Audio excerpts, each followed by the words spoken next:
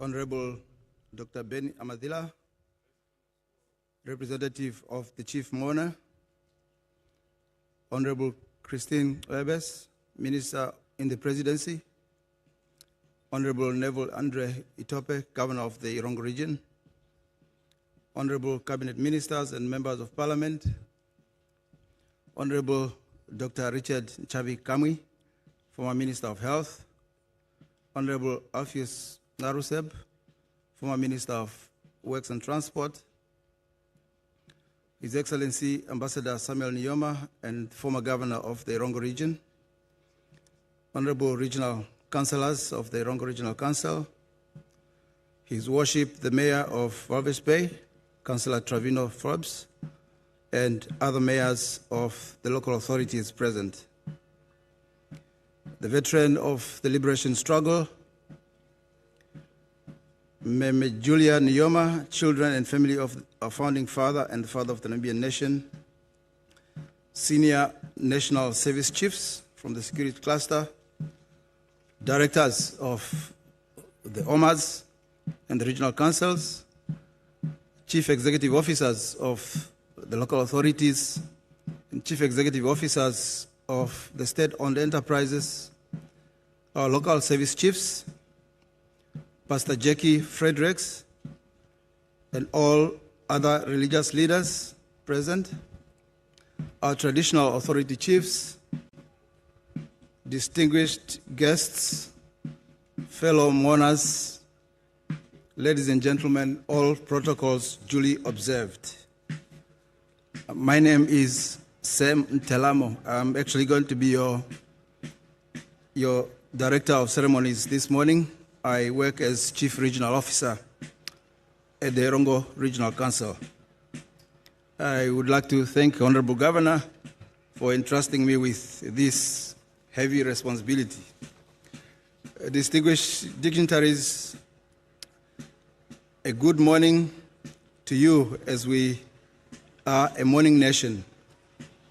On behalf of the Erongo Regional leadership, through the Honorable Governor, Honorable Chairperson, and the Honorable Regional Councillors, we welcome you here today as we gather to remember and celebrate the life of His Excellency, the President, the founding father and father of the Namibian nation. Your presence here this morning is a testament to the impact he had had in our lives, and we are deeply grateful for your love and support to the Nuyoma family. The legend who brought us here this morning was born on the 12th of May 1929, but sadly left us on the 8th of February this year. And it's without doubt, without a clamor of doubt, that our country lost a revolutionary, anti-apartheid activist and astute politician. He was a founding member and the first president of the Southwest African People's Organization then, Swapo Party today, in 1960. Though he is gone from our sight, he is never gone from our hearts. Before we delve into our program this afternoon, let me share a few snapshots of facts that can serve as our take-home message, especially for the youth gathered in this stadium. As it has been cited on many occasions, President Sam Nuyoma became involved in anti-colonial politics during the 1950s and played an important role as a leader of the National Liberation Movement in campaigning for our independence. A quote from Kwame Nkrumah goes as, "Freedom is not something that one people can bestow on another as a gift. They claim it as their own and none can keep it." I think this is so befitting because the founding president that we are mourning today, he was bestowed the title of founding president of the Republic of Namibia and father of the Namibian nation. And in 2007, from the little research I've done, Swapo named him leader of the Namibian Revolution. What's remarkable about the legend we are celebrating today is the fact that in 1946, at the age of 17, he moved to this very city of Walvis Bay. It's therefore befitting that we are holding this memorial event in this same town where he lived in his teen years. Other facts you may want to know are that President Nuyoma was not just a politician, but served as the international patron and a strong supporter of the Cheetah Conservation Fund based here in Namibia. He was also a supporter of women and children's rights, having called for fathers for the maintenance of their children, especially those born out of wedlock. He also opposed the practice of expelling widows from the family homes following the death of their husbands. He is better described as charismatic and fiery. He was a revered figure for leading our country towards independence and steering it on a path towards democracy and stability. So this is just a snapshot of why we are here this morning. We have a packed program. I believe all of us have it.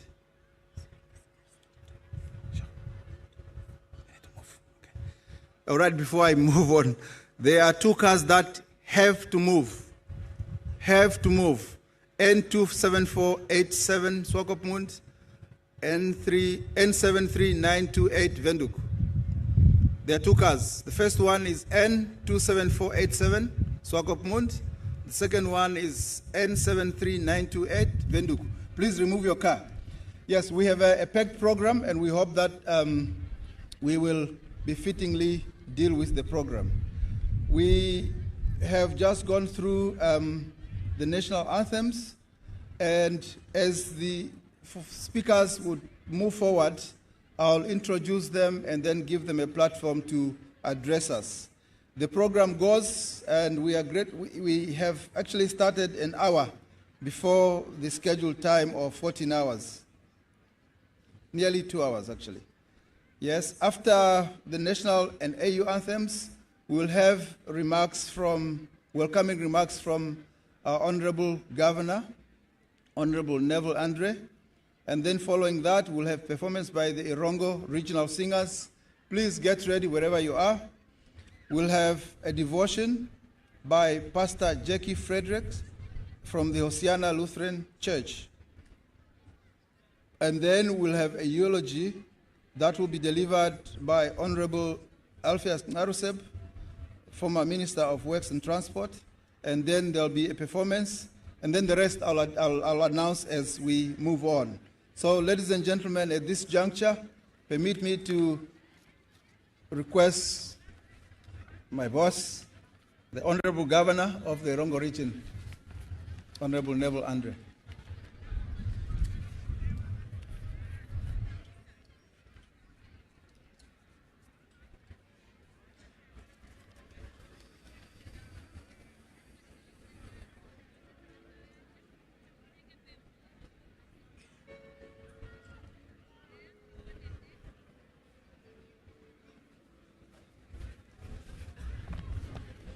Nuyoma na tangwe na hambelelwe molo hole yaye etu ole.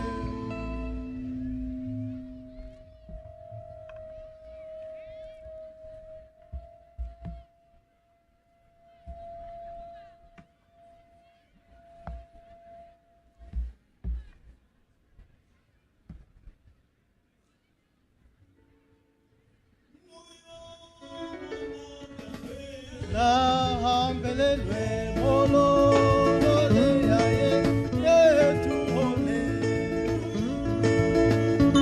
Na hambelelwe molo hole yaye etu ole. Ile tupalela manguluko opo tuyendemo twa manguluka. Ile tupalela manguluko opo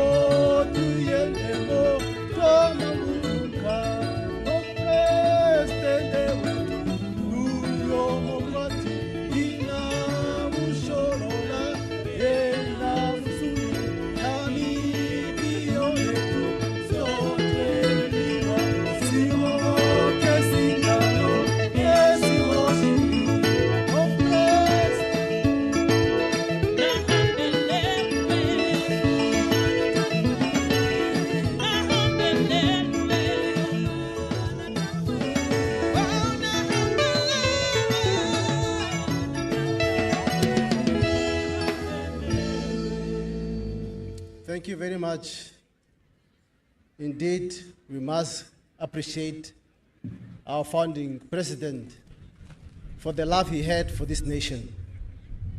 Director of Proceedings, Dr. Ntelamo Mpuzani, the Chief Regional Officer of the Erongo Regional Council, bereaved Nuyoma, Kondombolo, and Mushimba families, Honorable Ben Amathila, representative of the Chief Mourner, Honorable Alpheus Ngarusep, chairperson of the Swapo Party leaders assigned to Erongo Region, and who is tasked today to give the eulogy.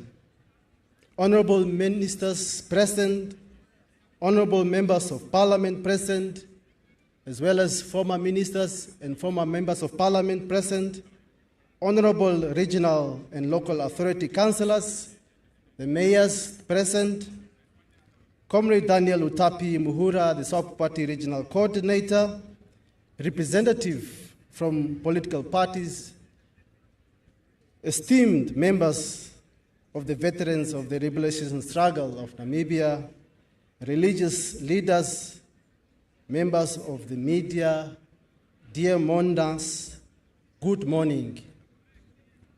It is with profound humility and a deep sense of honor that I stand before you today to welcome you all to this solemn occasion as we gather to pay tribute to the life and legacy of a true icon, the late His Excellency Dr. Sam Nuyoma, the founding president, father of the Namibian nation, and the leader of the Namibian Revolution. Dr. Nuyoma was not only the first president of the Republic of Namibia, but also the visionary leader who spearheaded the Namibian Revolution, leading us to the hard-fought independence we cherish today.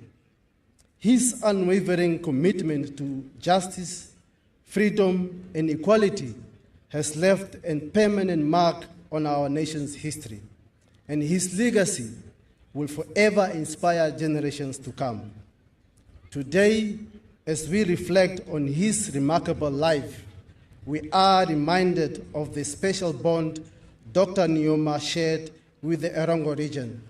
His early days in Walvis Bay, starting as a laborer, but also meeting a diverse group of fishermen from across the globe, made him indeed to cut his political teeth, and that is because it is here in Walvis Bay that his dream of a free Namibia was ignited and shaping his resolve and determination to fight for the total liberation of Namibia. It is equally here that he met the late Nathaniel Mahulili, the late Frank Abrams, and many other revolutionaries. With the attainment of Namibia's independence, Walvis Bay was still under the South African colonial rule. It is his steadfastness and resolve that led to the reintegration of Walvis Bay into Namibia. He understood the strategic and symbolic importance of this region, not only as a gateway to the world, but also as a vital part of our national identity. His relentless effort and diplomatic acumen ensured that Walvis Bay was rightfully returned to Namibia, completing the territorial integrity of our nation. Beyond his political achievements, Dr. Nuyoma had a personal connection to this region.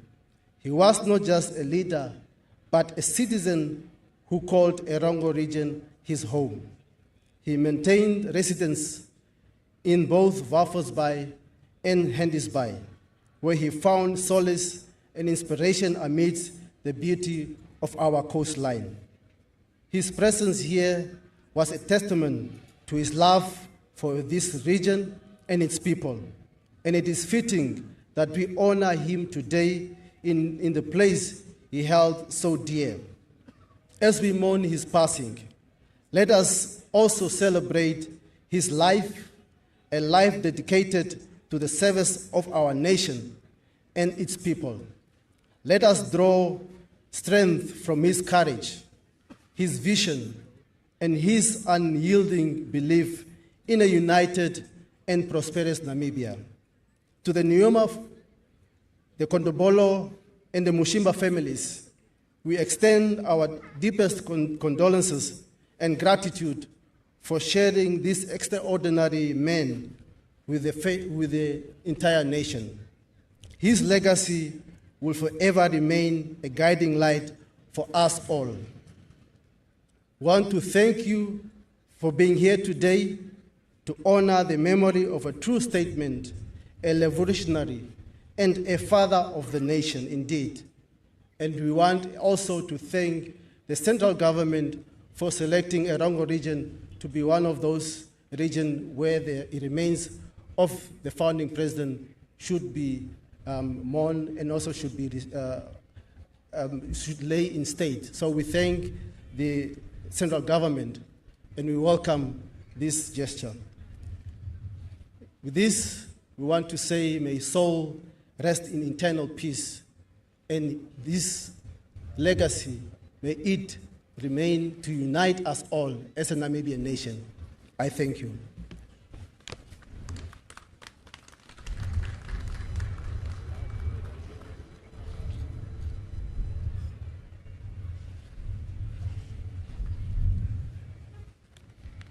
Thank you, Honorable Governor, for those welcoming remarks.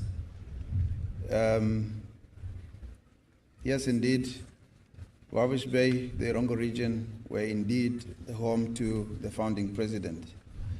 On our program, we were meant to have a performance by the Erongo Regional Singers. And I'm told that they are not here, so we will invite the Hanganeni singers to come through. Hanganeni singers.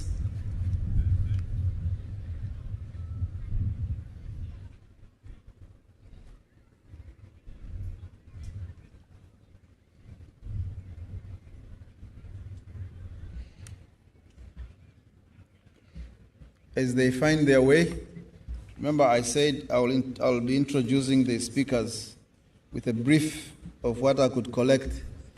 Honorable Governor came here in April 2020 as Governor of the Erongo Region. And before that, or a brief about him, is that he's a seasoned administrator, a politician, and of course, Governor of this region. He has been very much politically active from a very young age and has been an active member of the Swapo Party Youth League, where he has occupied some positions within the youth structures, not only in the Swapo Youth League, but in Nassau as well. So that's a brief about our governor. For the kids on the stands, as I've said, you need to go home with a bit of history of your leaders. Where are they?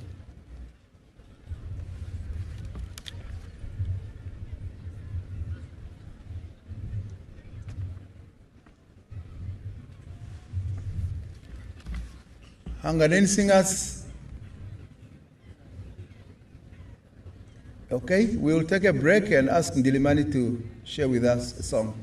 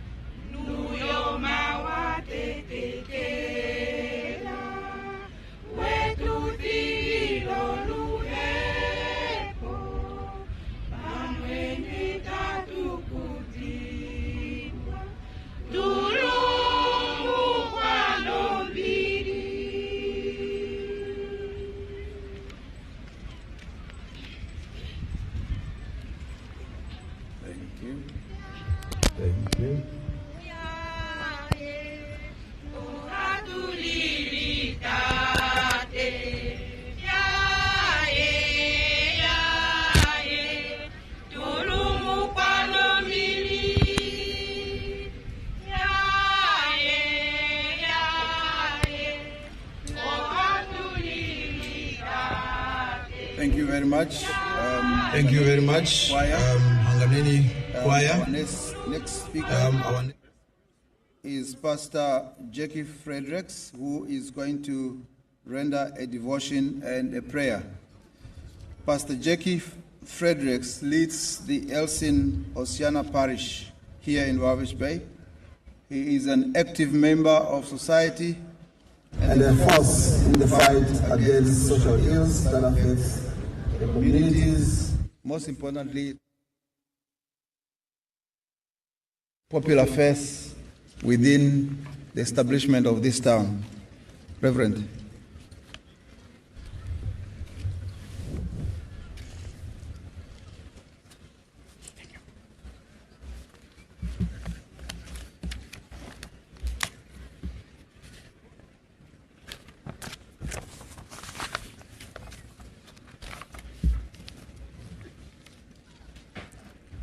Thank you, Directors of Ceremony, for this honor bestowed upon me to do the opening prayer and share the Word of God with all the mourners, the Nuyoma, the Mushinda, and the Namibia at large. Let us start the service in the name of God the Father, and of the Son, and of the Holy Spirit. Amen. Good morning, dear morning countrymen and women. As we nationwide celebrate The life of an iconic figure, a stellar exemplar of navigating unprecedented territories, not wavering because he had a vision that was bigger than himself, because it encompassed the preservation of a nation. This preservation was not just involved a selected few, but the preservation for all Namibians. So large was his vision that now it stands us to gain perspective and find how each of us can actively participate in a vision bigger than ourselves. For it is all about the preservation of future generations. Allow me thus to read a portion of scripture that I would like to share with you, that is taken from Philippians chapter 2, verses 1 through to 4. And it reads, "Therefore, if there is any encouragement and comfort in Christ, as there certainly is in abundance, if there is any consolation of love, if there is any fellowship that we share in the scripture, and compassion, make my joy complete by being of the same mind, having the same love towards one another, knit together in spirit, intent on one purpose, and living a life that reflects your faith and spreads the gospel, the good news regarding salvation through Christ Jesus our Lord.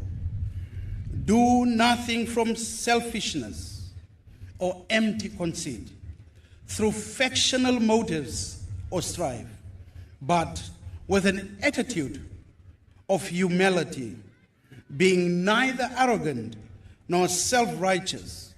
Regard others as more important than yourselves. Do not merely look out for your own personal interests, but also for the interests of others. That's the word of God.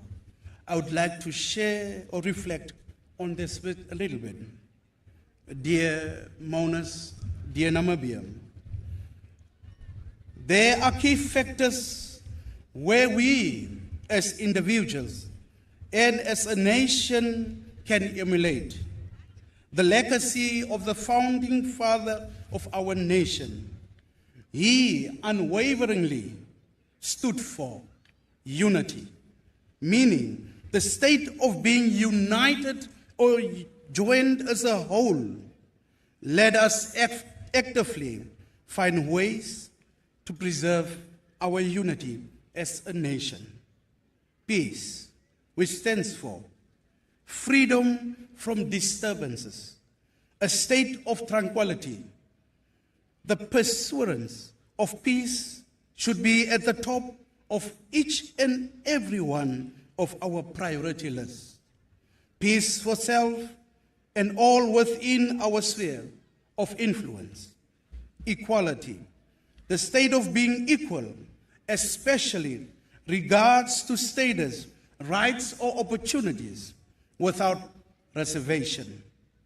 Justice, just behavior and treatment that we hold a concern for justice, peace, and genuine respect for all people. Opportunity for all, to ensure that no one is to be excluded, as the Namibian house belongs to us all. In this, our founding father was resolute, desiring that all Namibians should be considered with every decision made. Programs implemented should consider each and every Namibian. For this, he said in his speech on the day he was inaugurated as our president on the 21st of March, 1990, when he said, and I quote, "Taking the destiny of this country in our own hands means, among other things, making the great effort to forge national identity and unity of purpose and action, unity of precondition for peace and development. Without peace, it is not possible for the best and talented citizens of our country to realize their potential." End of quote. Thus, my fellow countrymen, the outcries in recent years of all citizens need to be paid attention to. The collective solutions need to be sought to bring lasting solutions, as this is one of the fundamental pillars that we have been entrenched by our founding father.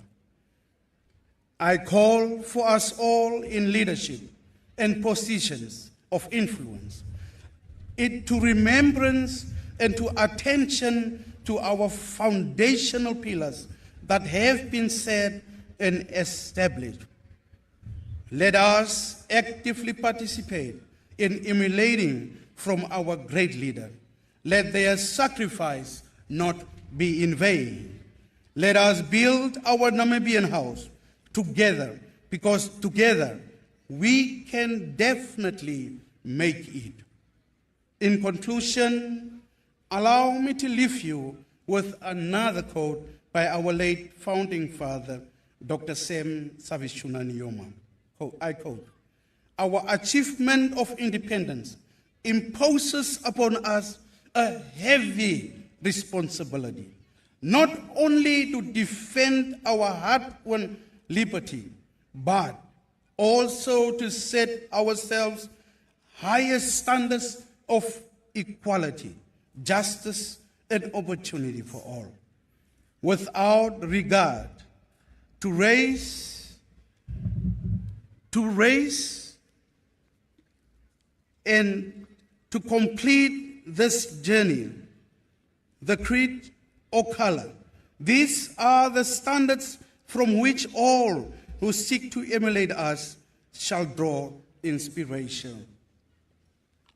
Therefore, allow me to ask us to bow our heads in prayer. God Almighty of heaven and earth, omniscient and omnipresent God, creator of the earth and owner of the breath of every living creature, maker of all, we acknowledge your supremacy. We acknowledge that without you, we are nothing.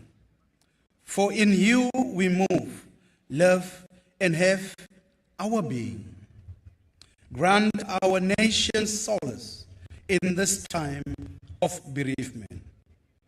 On the loss of our founding president, grant that we may hold on to the values, that we treat every Namibian with respect and honor, that we treat each other as brothers and sisters, no matter which ethnic group we represent. Grant us the grace to embrace the diversity of our cultures and duly respect the beauty within them all. Dear mourners, as the road was clearly paved by our predecessors, grant us the strength to emulate their leadership and apply this in our lives as we emulate the great examples laid before us. Gracious Lord, we cannot do this out of our own strength, but by your grace and mercy alone. This we pray in the mighty name of our Lord, our Redeemer, and our Savior. Amen and amen.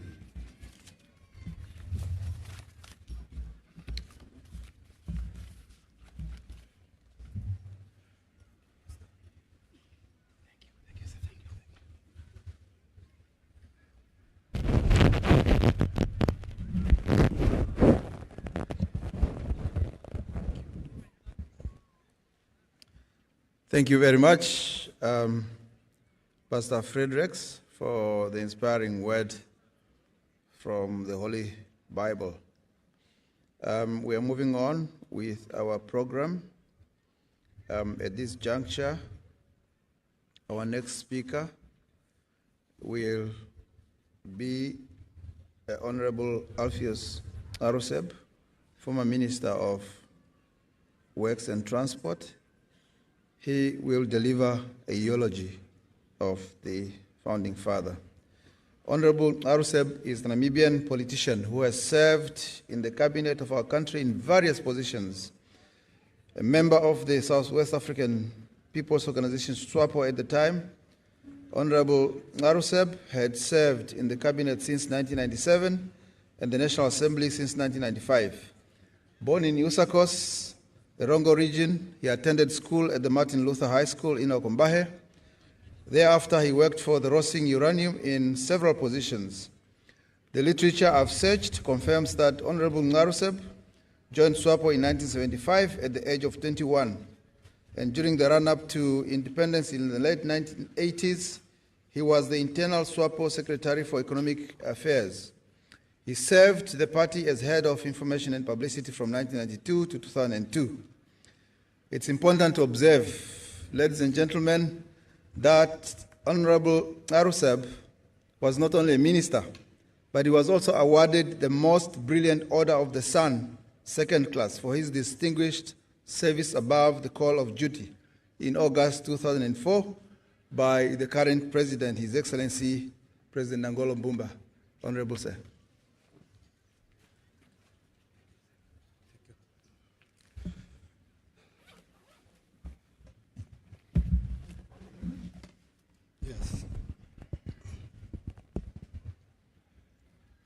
May I ask Dilimani, and beg the indulgence of Uncle Ben, who is representing the Chief Mourner, if Dilimani could possibly lead us into "Let us unite, let us unite in the name Namibia, let us unite.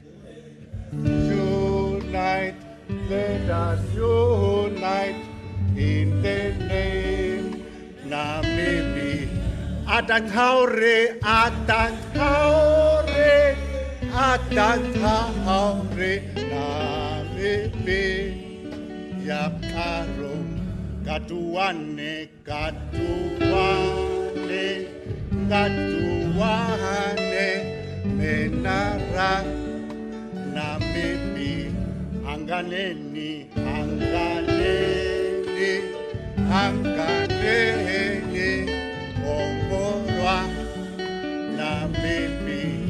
Laat ons saam staan, laat ons saam staan, laat ons saam staan in die naam Namibia. Sema, sema, sema, Sema, sema, tunana, tunana, tunanela ngombutuki, tunana.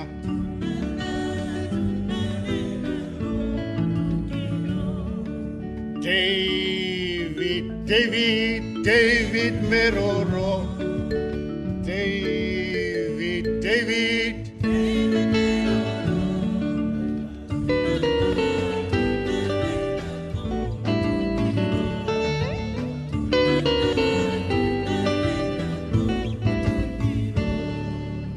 Pantula sema, hey pantula sema, hey pantula sema, hey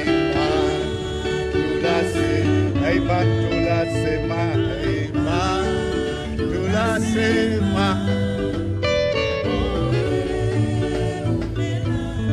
Thank you, Dilimani. You helped me to overcome my nerves.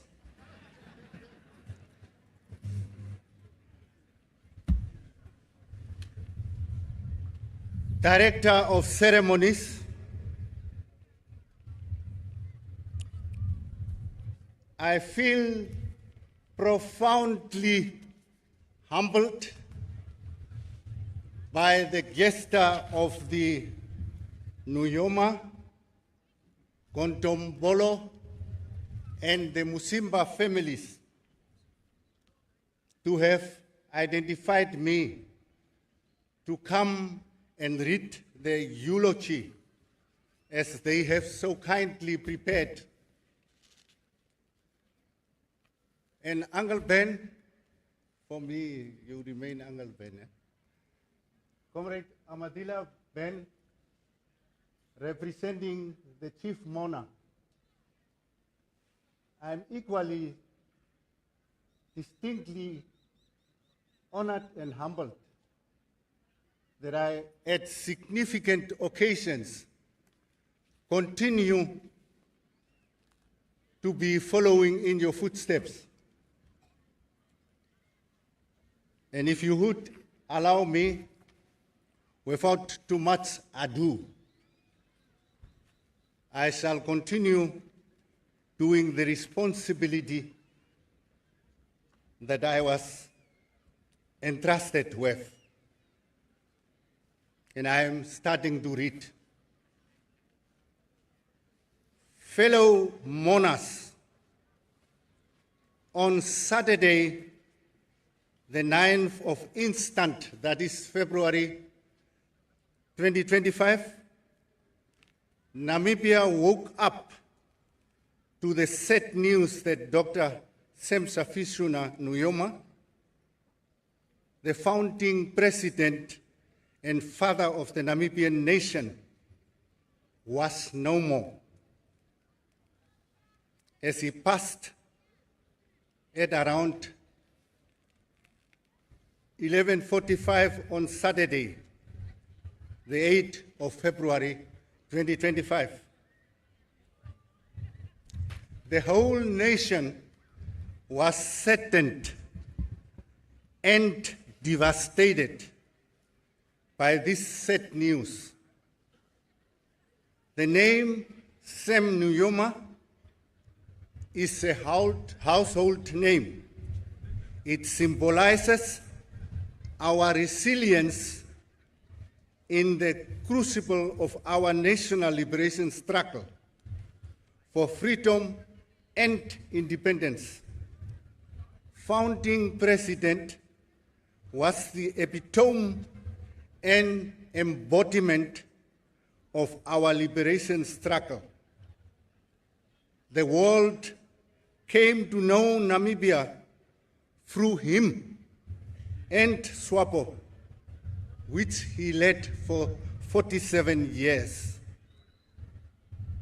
In Namibia's first democratic elections for a constituent assembly in 1989, Swapo won the elections.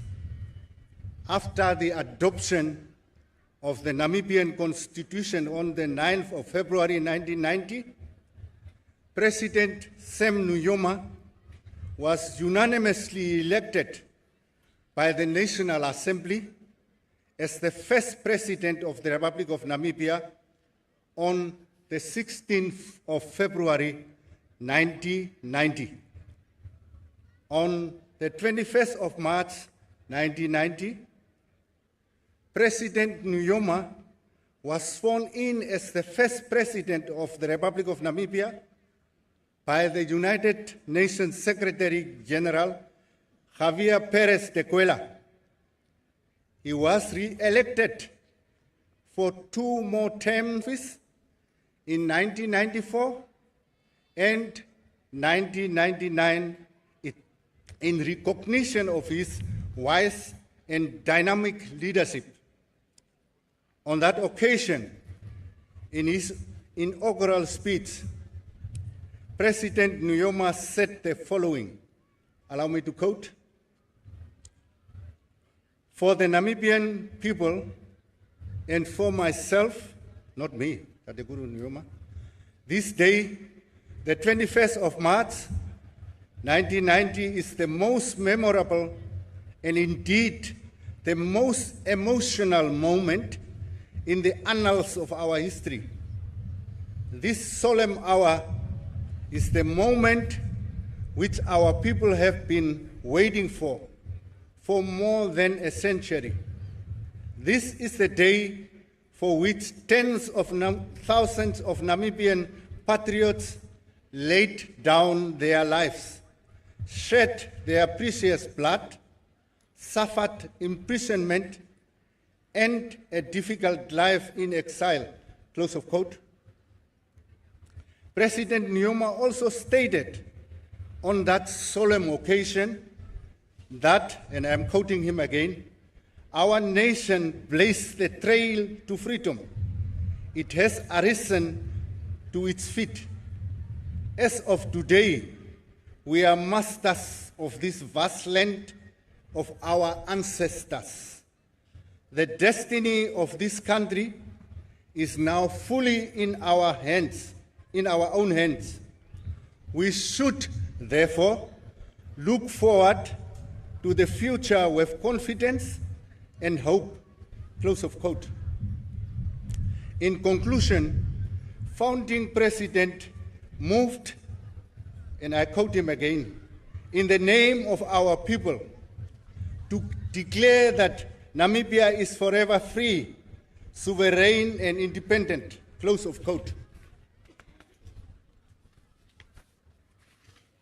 Through his leadership, Swapo adopted the policy of national reconciliation, amplifying one of Swapo's popular slogans under the motto, "One Namibia, one nation.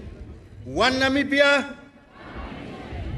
Under his leadership, he successfully unified all Namibians into a peaceful, tolerant, and democratic society governed by the rule of law. President Nuyoma stepped down on the 21st of March 2005, handing over the instruments of power to his successor, His Excellency President Hifikepunye Pohamba, in recognition of his dedication and selfless sacrifices to the national liberation struggle and nation building. The Parliament of the Republic of Namibia enacted a legislation conferring on him the status of founding father of the Namibian nation in 2005 through an Act of Parliament, Act number 16 of 2005. President Nuyoma also served as the leader of the Swapo Party for 47 years and the only commander-in-chief of the People's Liberation Army of Namibia, PLAN, Swapo's military wing. After 47 years at the helm of the Swapo Party, President Nuyoma also stepped down as the first president of the Swapo Party on the 30th of November 2007, handing over the reins of power to his successor, His Excellency Comrade Hifikepunye Pohamba. In recognition of his outstanding work, selfless sacrifices, unwavering commitment and service to the humanity, he was bestowed the title of Leader of the Namibian Revolution by the Swapo Party's 4th Congress of 2007. Founding President Nuyoma was born on 12th of May 1929 at Etunda village, Msati region, in the northwestern part of the land of the brave. To Tatekulu Daniel Utoni Nuyoma and Mekulu Helvi Mbinkana Kondombolo.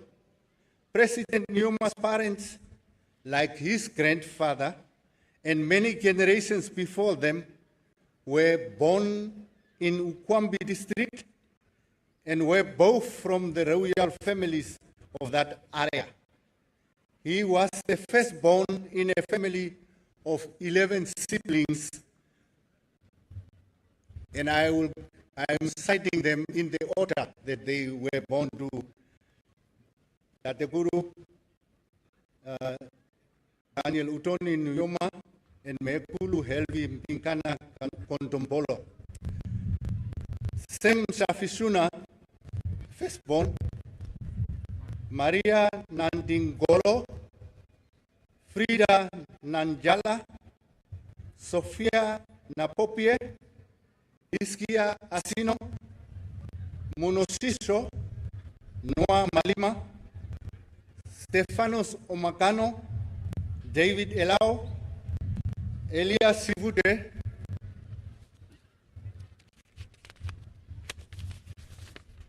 and Julia Namukua. His sister Maria was born after him. Unfortunately, died when she was a small child.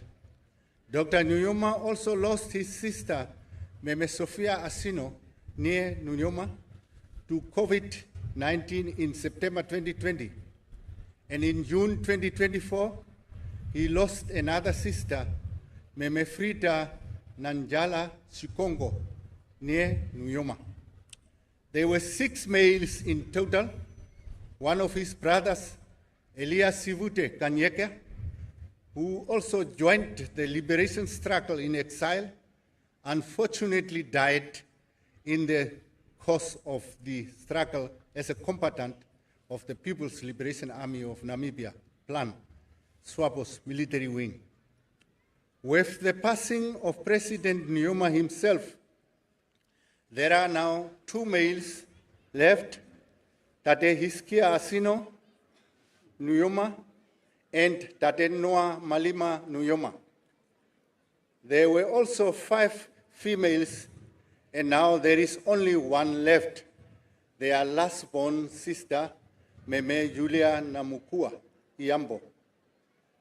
As the eldest son, President Nuyoma had to look after his siblings, even carrying the little ones on his back. Like all boys of those days, he also looked after his parents' livestock and assisted with home chores, including cultivating millet, known as omahangu in the local language. President Nuyoma received his primary education from Okahau Finnish Mission School from 1937 to 1945. In 1946, he moved to the coastal town of Walvis Bay to live with his aunt, Gebhard Nanjule. The following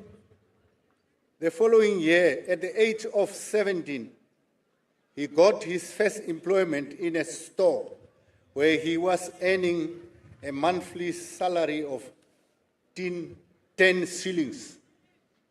It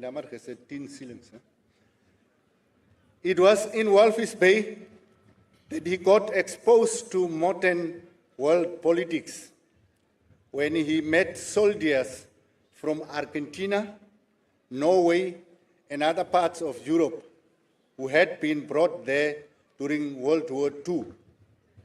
At the beginning of 1949, President Sam Nujoma went to live in Windhoek with his uncle Hiskia Kontombolo after the passing of his aunt Gebhard Nanjule, and started working for the South African Railways. During this period, he attended adult night school at the St. Barnabas in the Windhoek old location. He further studied for his junior certificate through correspondence at the Trans-Africa Correspondent College in South Africa. On 6 May 1956, President Nuyoma got married to Madame Kovambo Deopoldine Kachimune, who was born on the 10th of March 1933 in Windhoek. They had 4 children. Utoni Daniel was born in 1952, John Desipanta, 1955, Zakaria Nefungu, 1957, and a daughter, Nelao, 1959. Sadly, Nelao am I the right page? Passed away when she was 18 months old, when President Nuyoma was already in exile. With a deep passion for politics and yearning to see his people free from the restricted pass law system and confined according to ethnic groupings, President Nuyoma resigned from the South African Railways in 1957 at the age of 29.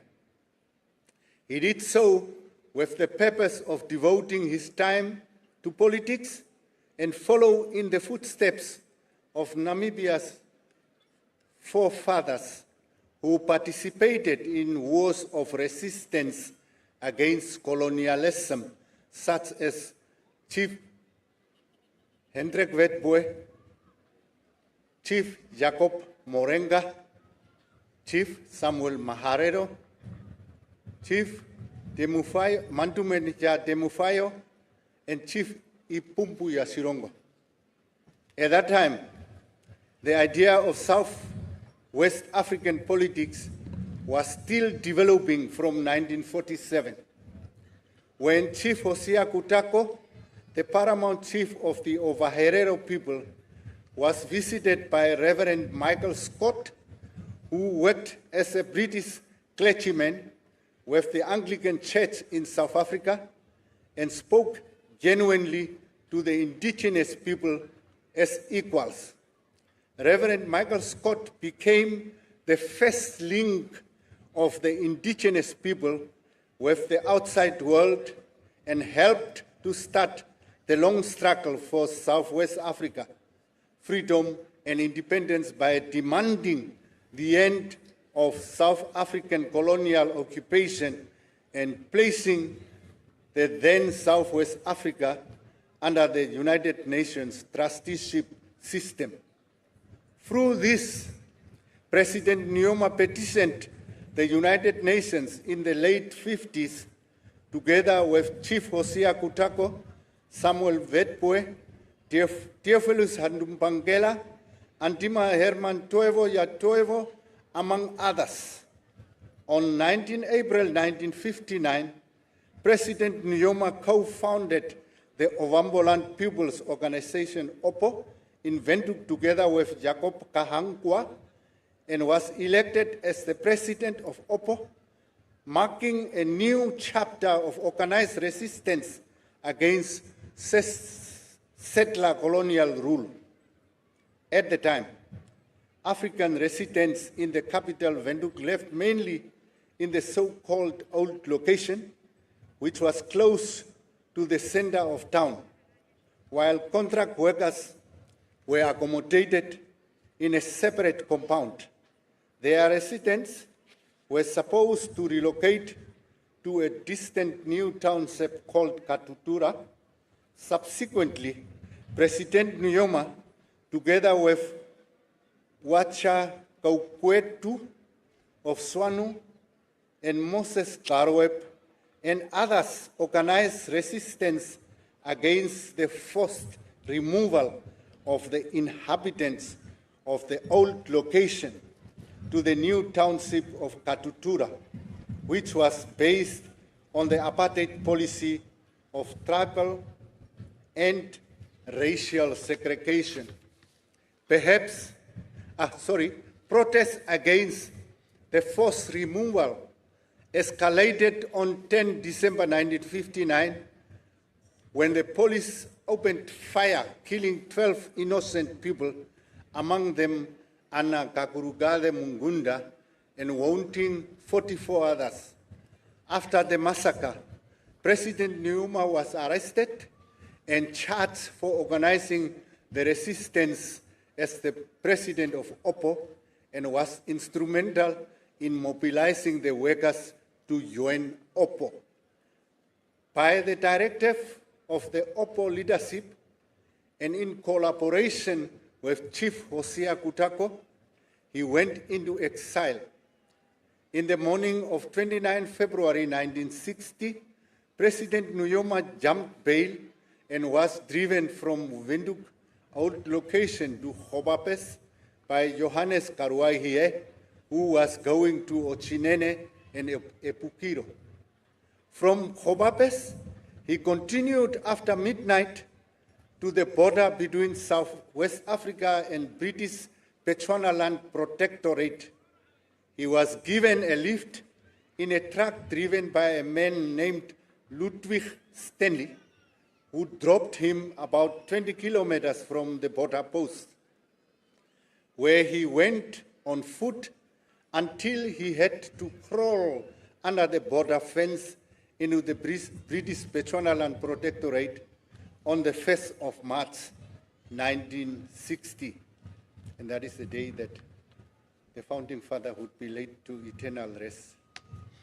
From Bechuanaland, with the assistance of Daniel Munavawa, whom he had met when he used to accompany Chief Munyuku Nguvauva of the Mbanteru during his visits to Windhoek, President Nuyoma proceeded into southern Rhodesia, now Zimbabwe, then into northern Rhodesia, now Zambia, and then into Tanganyika, now the United Republic of Tanzania. He then went through Kenya and Sudan, and in April 1960, he arrived in Accra, Ghana. While in Accra, there was a positive action conference in progress, organized by President Kwame Nkrumah against the French government's testing of the atomic bomb in the Sahara Desert, at the time when the Algerians were fighting for their independence. President Nuyoma later attended the All-African People's Conference organized by President Kwame Nkrumah in Ghana, where he also met Patrice Lumumba and Joseph Kasavubu from the Congo, as well as Frantz Fanon, representing the Algerian National Liberation Front, FLN.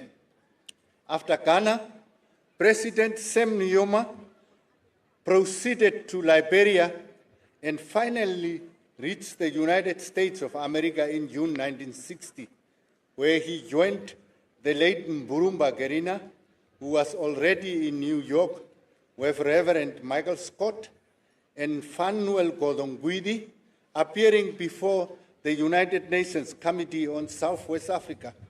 He then petitioned before the United Nations Fourth Committee of the General Assembly, demanding the end of the South African colonial administration in Southwest Africa.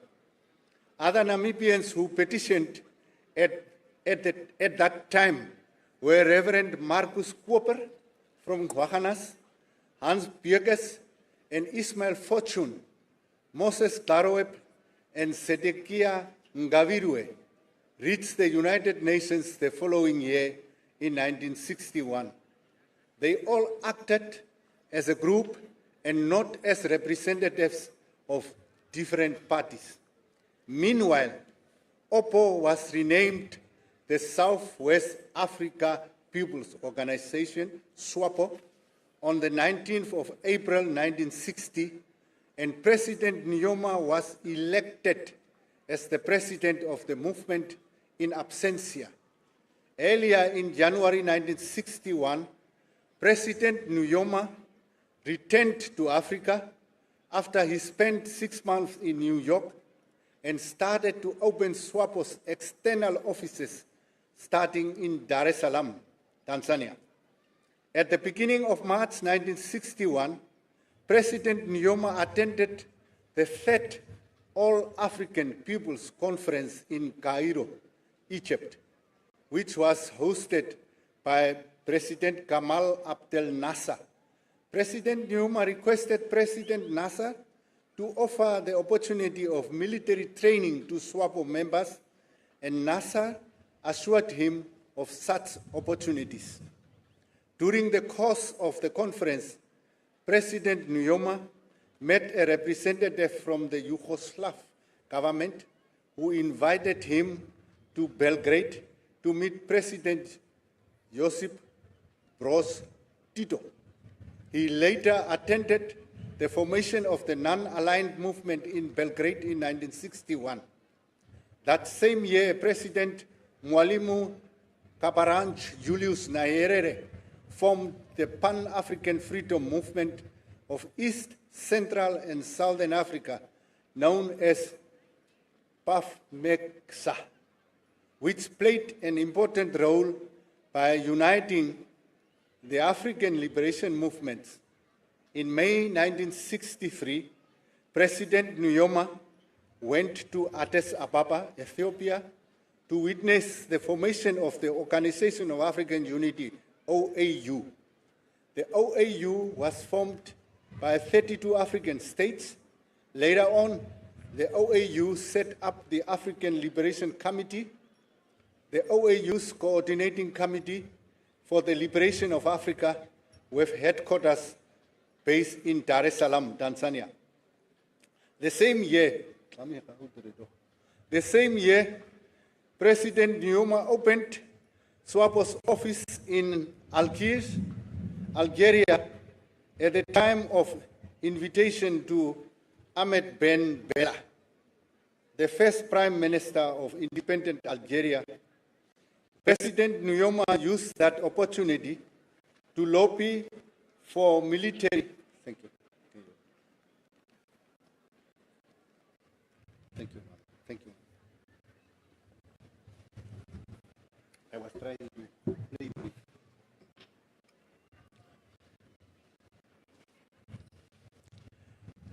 For the liberation of Africa headquarters in Dar es Salaam, Tanzania. The same year, President Nuyoma opened Swapo's office in Algiers, Algeria. Sorry, I'm repeating. I'm also not so young.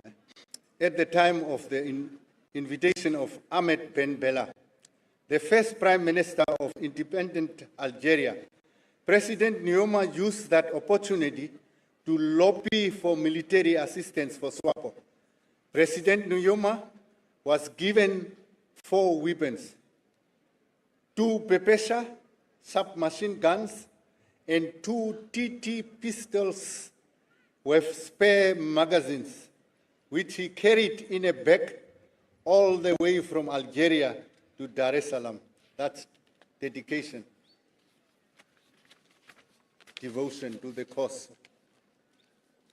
With those weapons, Swapo was able to launch the first action of the armed liberation struggle on the 26th of August 1966 at Muhuura, Mombasa, in Manasse region, with Swapo's guerrilla fighters under the commander of the commander of the commandos, the late John Otto Nangudu.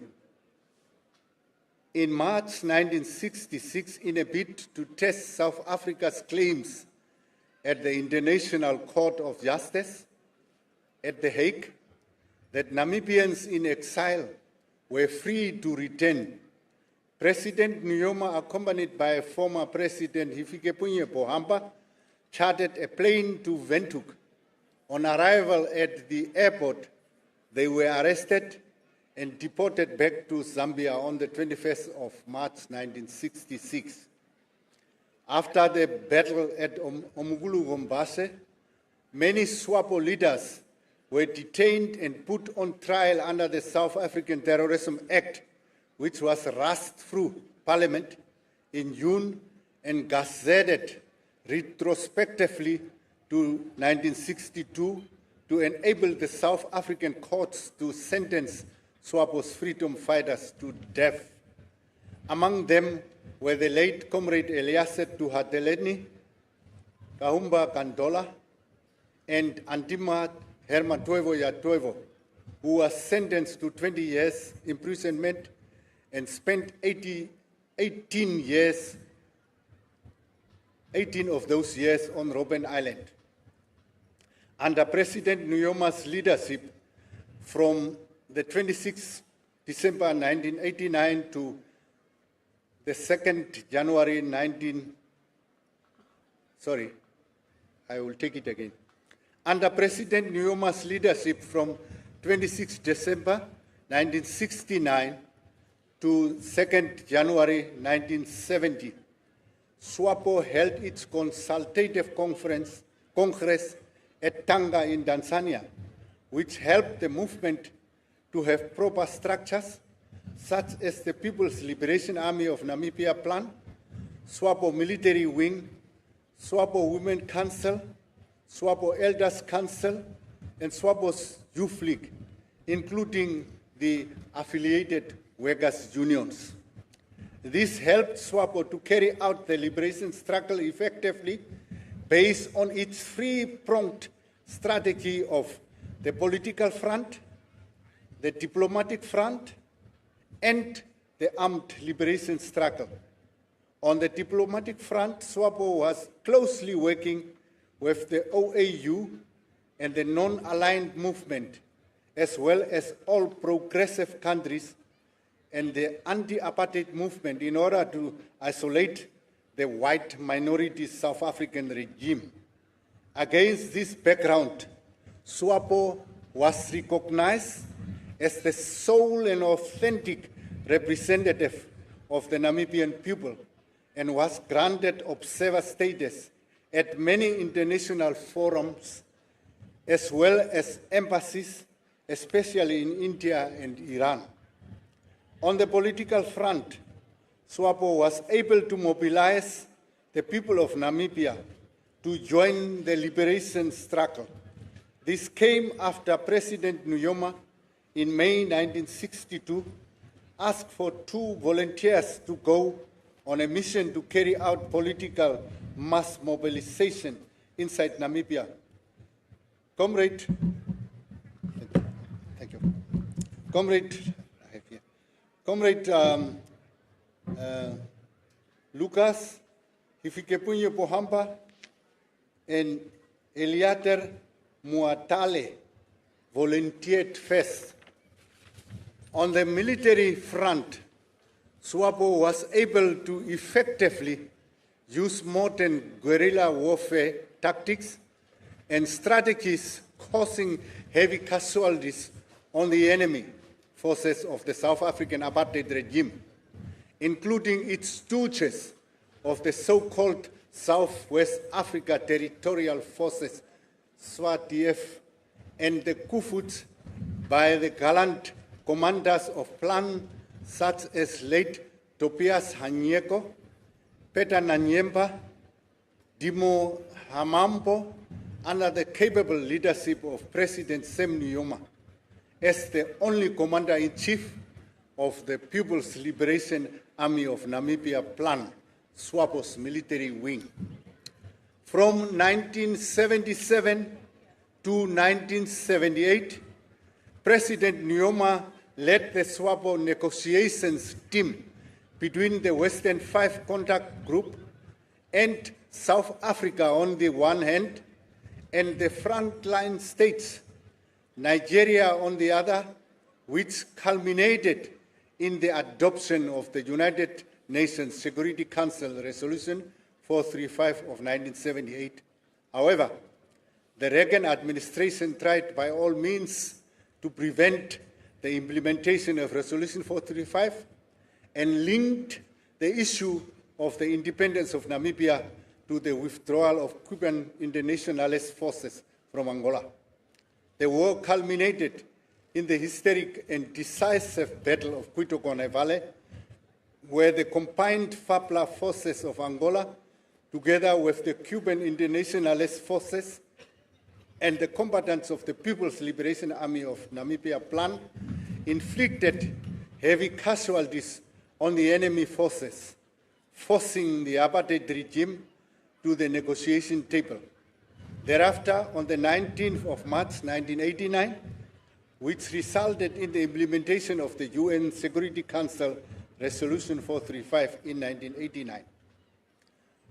Throughout his 95 years, President Nuyoma has accumulated a treasure trove of experiences, successes, and lessons that have shaped him into a remarkable individual that he was.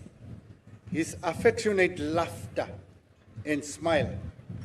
His profound wisdom and his enduring love for those around him served as a beacon of light, inspiring all who cross his path to live with joy, gratitude, and a heart full of love.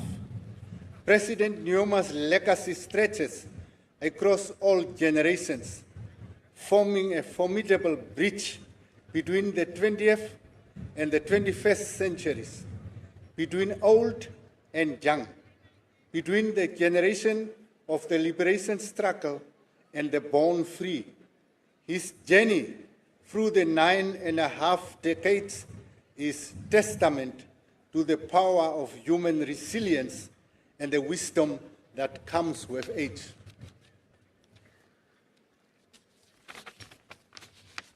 In addition, President Nuyoma was awarded numerous honorary doctorate degrees, 15 in total, as well as 4 honorary citizenships of cities of Atlanta, San Francisco, New York, and the city of East Palo Alto in the United States of America.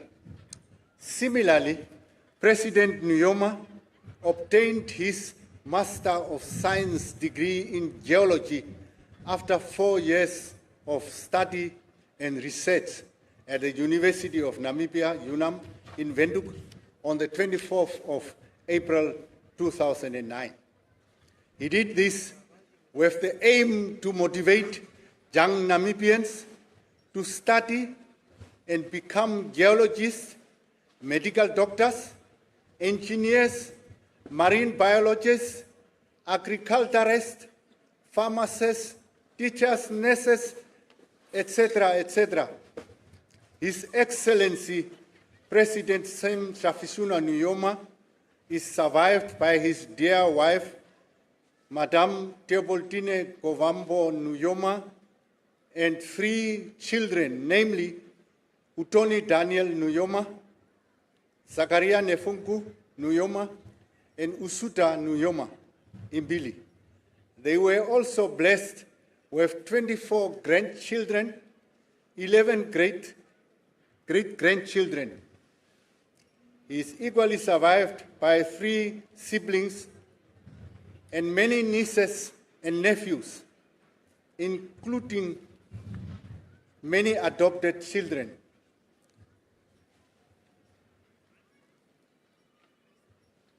Go well, founding president and father of the Namibian nation.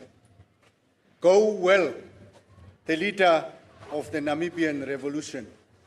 May the soul of His Excellency, Dr. Sam Shafisuna Nuyoma, rest in eternal peace. Sema olipeni, Sema olipeni, Tilimani, Yelule pantela, Oliana mipi, Yelule pantela, Oliana mipia, Masova waita, Nuyoma, la waita.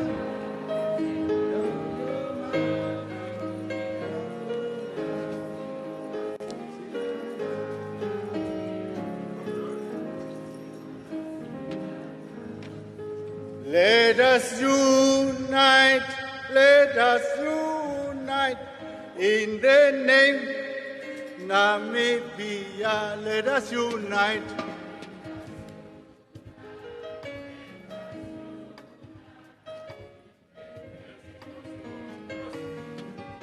Tatuane.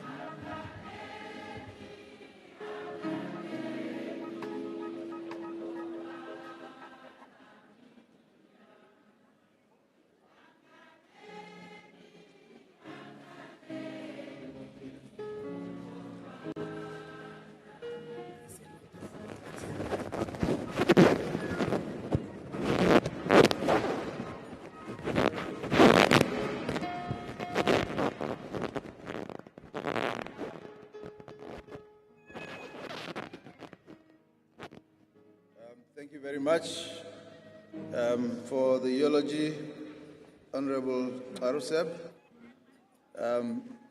It's very informative, and as it was mentioned, the Nuyoma name is actually a household name. So if you go on Google, you type Sem Nuyoma, you'll find a lot of things that comes under that name. He was indeed the man that he was, and we are independent today. To augment the eulogy, we will ask the Namibian Correctional Service Band to give us a piece of music.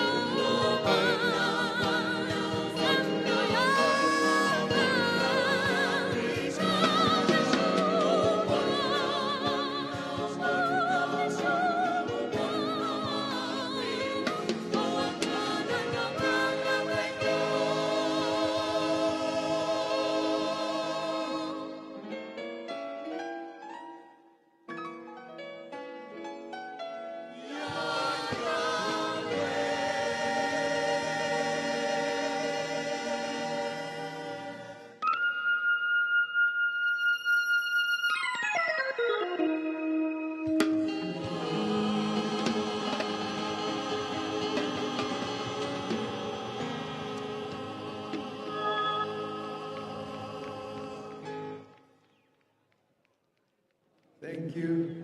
Thank you very, very much. Namibia Correctional Service Band, based here in the Erongo Region in Omaruru Town, and Omaruru constituency. As we move on with our program, most importantly to the second part of this program, let me just go through it quickly. We will have a message. We are going into the tributes now. We will have a message from the former governor of the Erongo Region, Ambassador Samuel Nuyoma. And after that, we'll have a message on behalf, that will be delivered on behalf of the family by Ms. Winnie Mukupuki. And then we'll have a message from Councillor Risto Kapenda on behalf of the veterans of the liberation struggle. And then later on we'll have a performance and then a message from the Swapo Party by Comrade Daniel Muhuura, Swapo Party Regional Coordinator. And then I'll announce again as we move on. So for now, Dilimani, they have prepared, not Dilimani actually, there are speeches that are quoted from the Founding Fathers' statements, and those will be played through the Dilimani. You have the audio.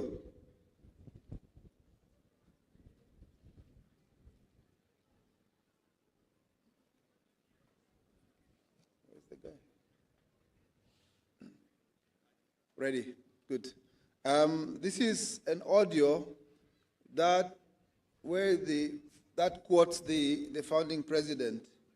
It's going to run for nearly 5 to 7 minutes.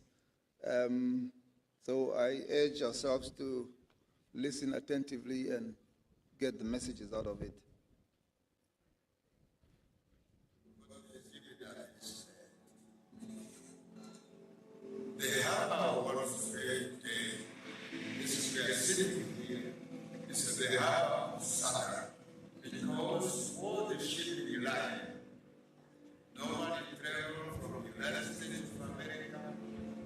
Canada is a home. Nobody was to here was kept out to deliver but yes, we are looking here. Oil that makes the ship to move become expensive. The harbor was today the harbor of Southern Africa. Africa must unite in order to make sure that this continent become a great respected continent for Africans and for those who respect Africa. Really believe that the United people striving to achieve more good for all members of the society will always remain victorious. I think.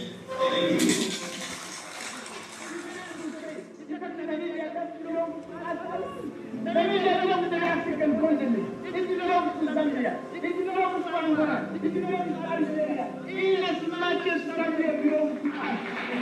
We must maintain unity of purpose and action. We must remain vigilant and disciplined too. And we must have respect among ourselves. A nation without respect among its ranks and file will never be able to stand on its own feet. Let alone fighting a fascist like that water and the people. Therefore, unity is the sharp unity. Unity is the sharp unity. Next to a gun, we have no other one except Namibia, and we have to be there. Those who are trying to send all our way to freedom, it is only as we will smash them to pieces. We will smash them to pieces. Whether Puerto Rican wants it or not, Namibia shall be free. We will free it.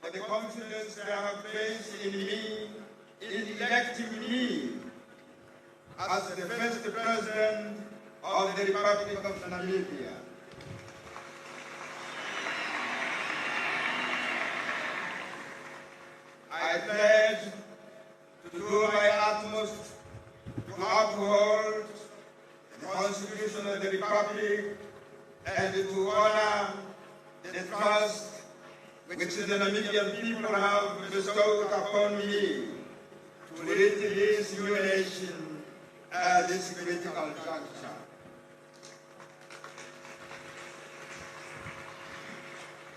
To the Namibian people, I would like to state on this solemn and historic occasion that our nation embraced the triumph of freedom. It is arising to its feet. As from today, we are the masters of this vast land of our ancestors. The destiny of this country is now fully in our own hands.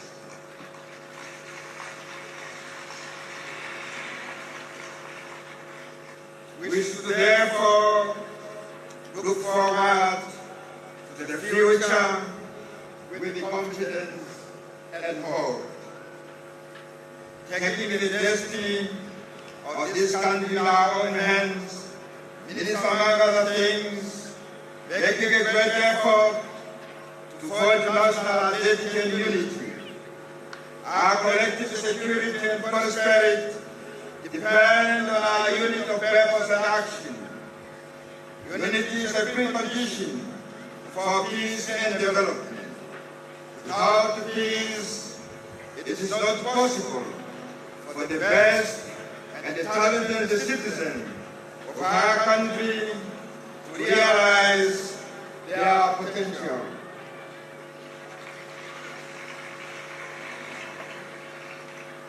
Our achievement of independence imposed upon us a heavy responsibility, not only to defend our hard-won liberty, but also to set for ourselves higher standards of equality, justice, and opportunity for all, without regard to race, creed, or color.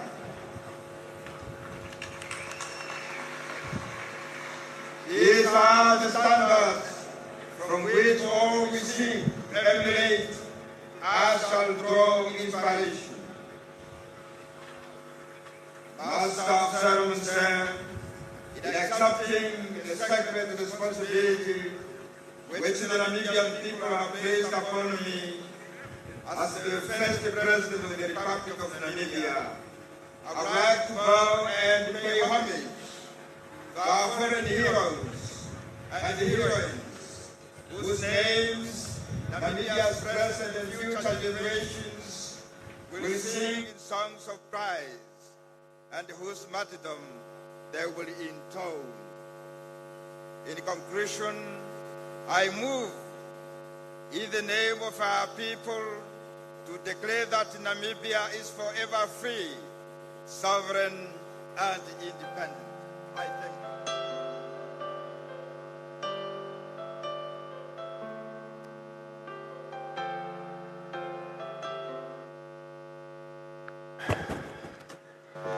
What do we say to that?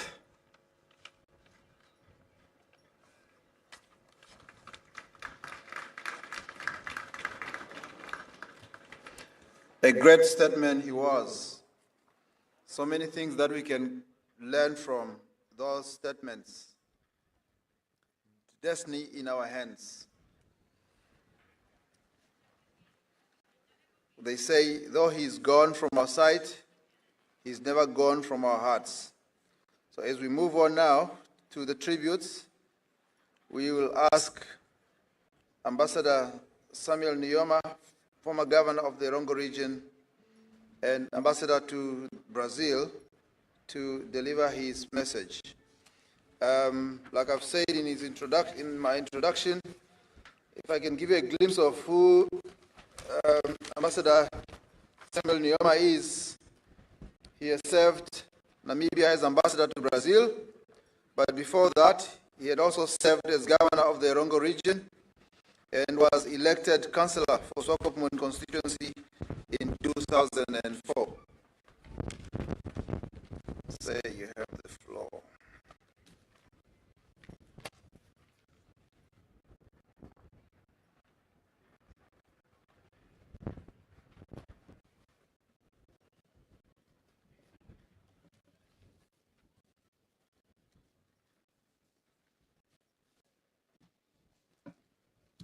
Thank you, Director of these proceedings. Honorable Ben Amathila, representing the Chief Mourner, family members of Mushimba and Nuyoma, Honorable Christine Walvis, Minister of the Office of the Presidency, Honorable Neville Andrew, the Governor of Erongo Region, Honorable Richard Kamwi, former Minister of Health, Honorable Alpheus Naruseb,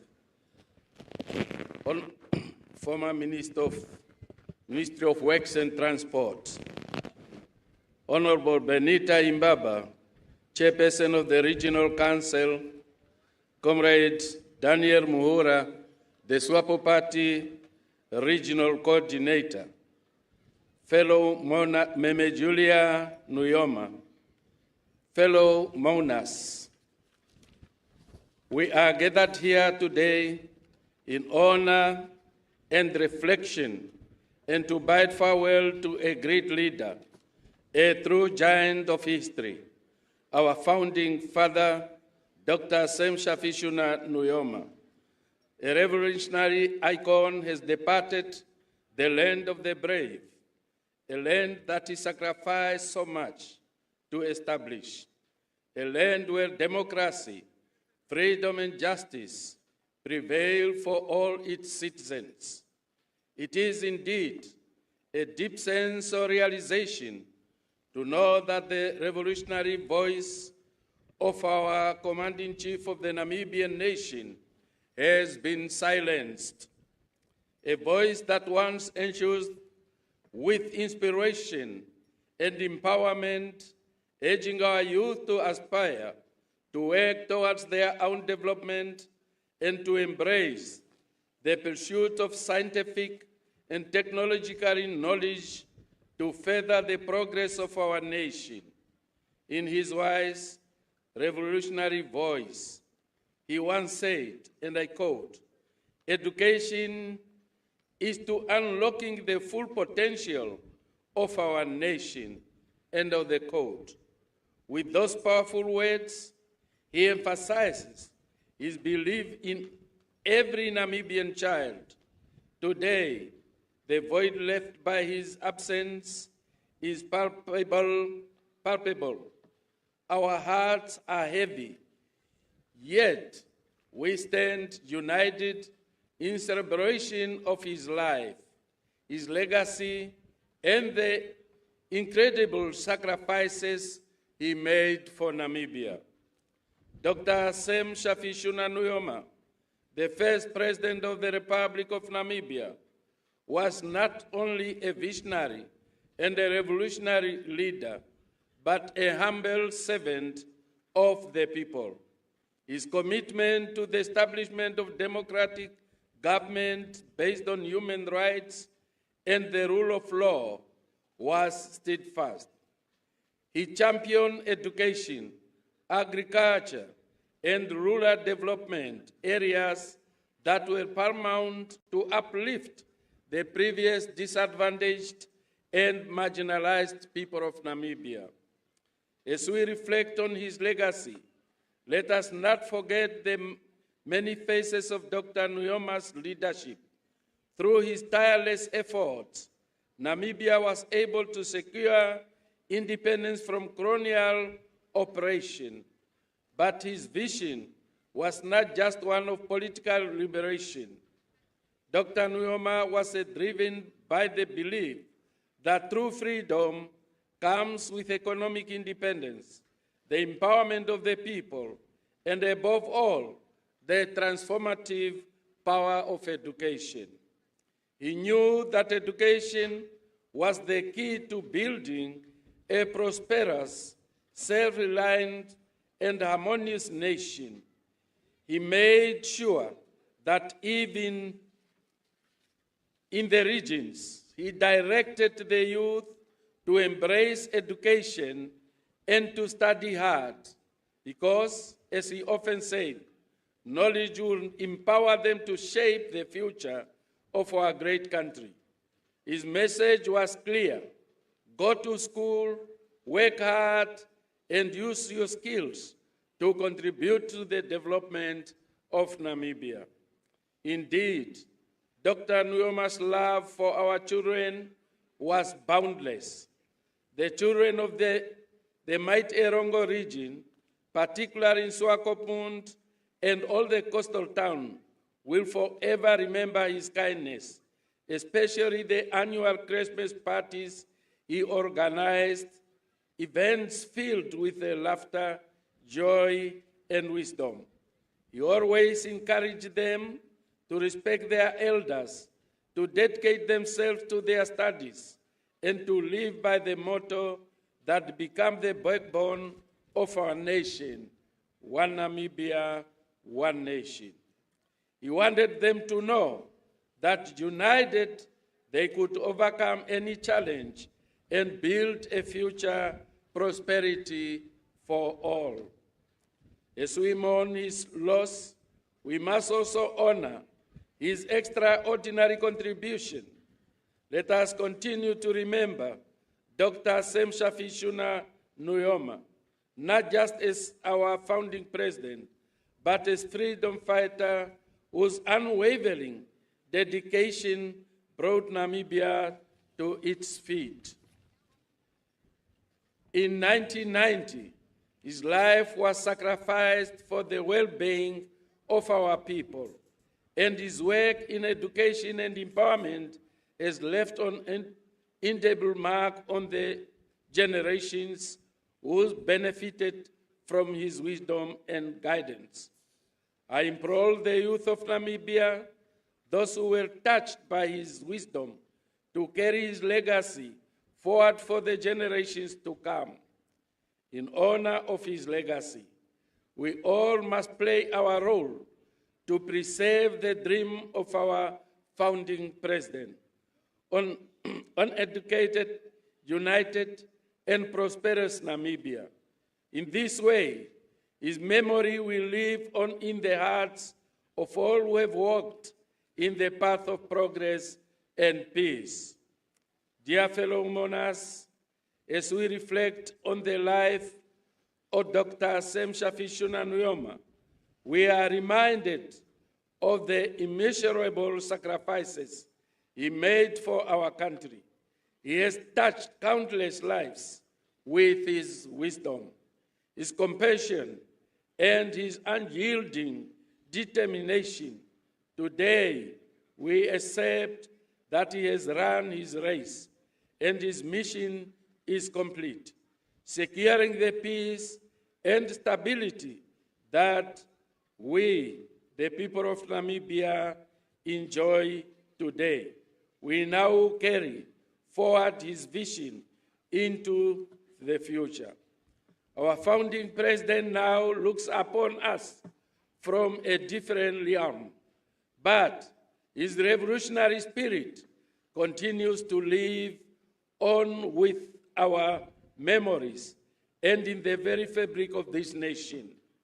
Let us honor his legacy by staying united in our common purposes as we continue to work towards Namibia Vision 2030 and beyond. May his soul rest in eternal peace. Nuyoma natangwe ono na wetu molole yaye eyetu hole jile tu palela ye manguluko omo tu endemo twa manguluka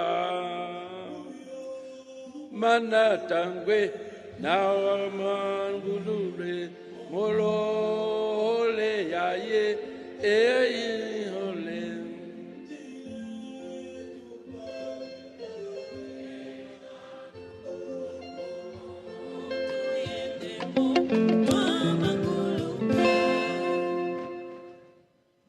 Thank you very much, Ambassador, for that inspiring tribute, very detailed.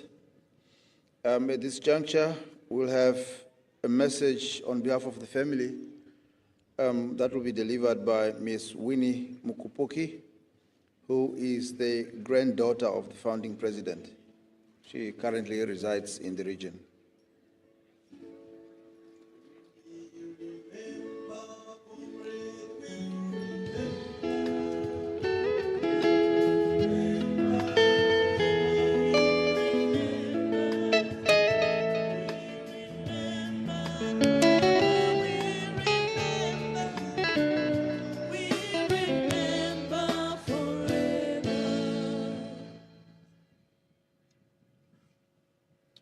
Thank you, Director of Proceedings, Honorable Ben Amathila, representative of the Chief Mourner, esteemed guests, Director of Ceremonies, allow me to proceed on the established protocol. Dear mourners, good afternoon. My name is Winnie Usuta Sangweme Mukupuki, grandchild to the late founding president, Dr. Sam Nuyoma, and I have the immense honor and privilege to deliver the message on behalf of the family. I even had to remove my heels for this one.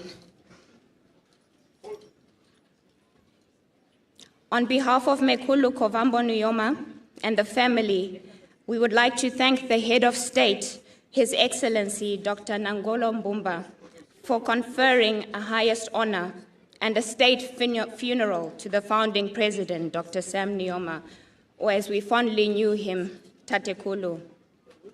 We sincerely thank the mourners in the Erongo region and across the country for their prayers and their messages and visits to Tatekulu's residence.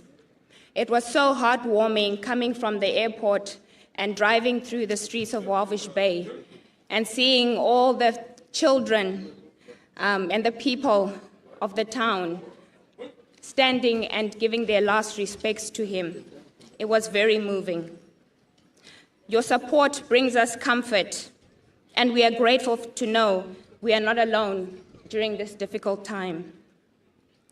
To the Sam Nujoma Foundation and its board members, we thank you for your continued support.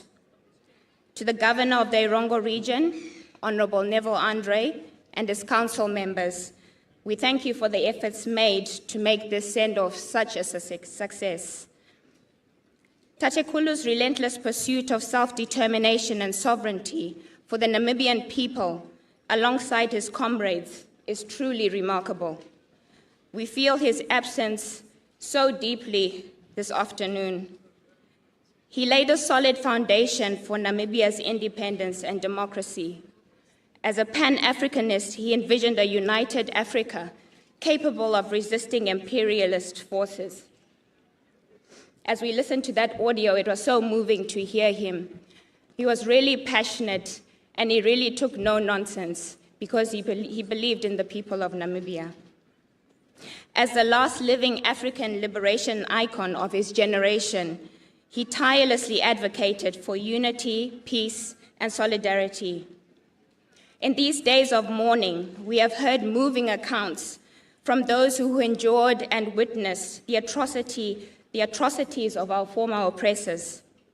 Despite this painful history, Tatekulu and his comrades ushered in a new era of national reconciliation and nationhood to secure a better Namibia for all.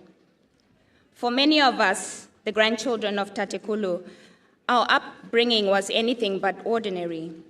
It was shaped by movements across various continents and countries, and it was deeply intertwined with the broader SADC regional liberation efforts. It is crucial, especially for the youth, to reflect on the journeys of those who have come before us. As the African proverb popularized by Chinua Achebe wisely says, and I quote, "If you don't know where you come from, then how can you know where you're going?" Such reflections connect us to our roots, uniting us as a people and ensuring that we never, ever return to the dark times of our past.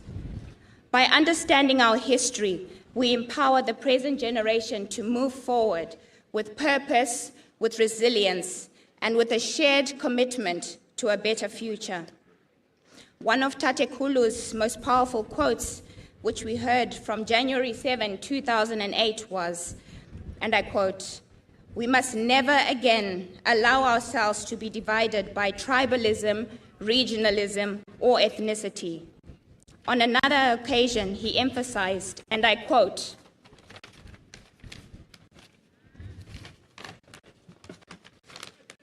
"We must uphold unity in purpose and action, remain vigilant and disciplined, and foster respect amongst ourselves. A nation lacking respect within its ranks will never stand strong." Tatekulu's love for the Erongo region ran deep, and his ties to Walvis Bay were especially strong.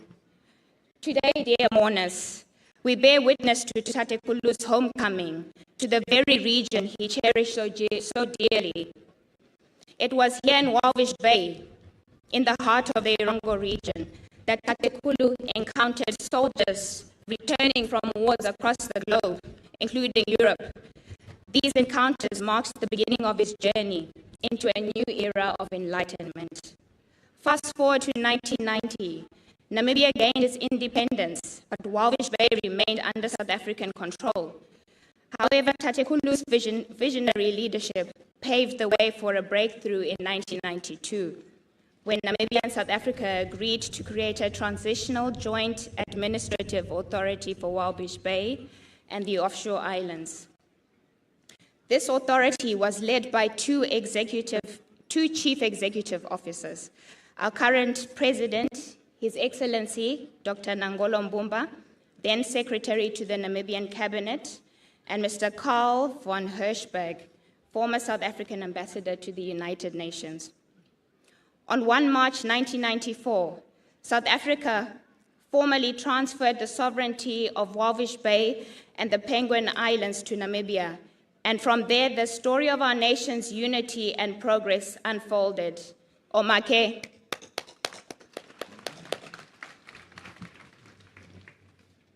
The founding president's contributions extended beyond Namibia's liberation to the vision of a fully industrialized nation, exemplified through Vision 2030 and other policies driving economic growth. His commitment to a united, democratic Namibia inspired confidence, reminding all of us that our efforts were crucial for the country's socio-economic progress. Tatekulu was very interested in geology, and he could foresee the potential positive impact that the mining industry would have on the nation's GDP. During visits to Tatekulu, he would often speak about Namibia's untapped resources and the need to harness them for the nation's benefit. As Chancellor of UNAM from 2003 to 2011, he advocated for students to pursue studies in geology and engineering to drive socioeconomic development. His vision is being realized as more oil, gas, and uranium resources are being discovered more frequently. In 2023, the Chamber of Mines reported an 18.9% growth in the mining sector and 18.4% to Namibia's GDP, signaling a positive and encouraging trajectory. He was also tremendously proud of the growing significance of the port of Walvis Bay and witnessed the inauguration of several dry ports accorded to some SADC nations. He greatly supported the fishing industry, and fishing was a great pastime of his. Though the founding president is no longer with us, the work to achieve our national development goals must continue with unwavering dedication. This region, rich in resources, skills, and talent, holds the mandate to drive economic prosperity for all. As we step into a new era of hope, empowerment, and a female president, we must remain grateful and acknowledge the freedoms and opportunities that are now available to all Namibians. I'd like to end by speaking to the youth. As youth, we need to pull up our socks, and we need to fight for economic emancipation with our minds, with our God-given ideas, and with our talents.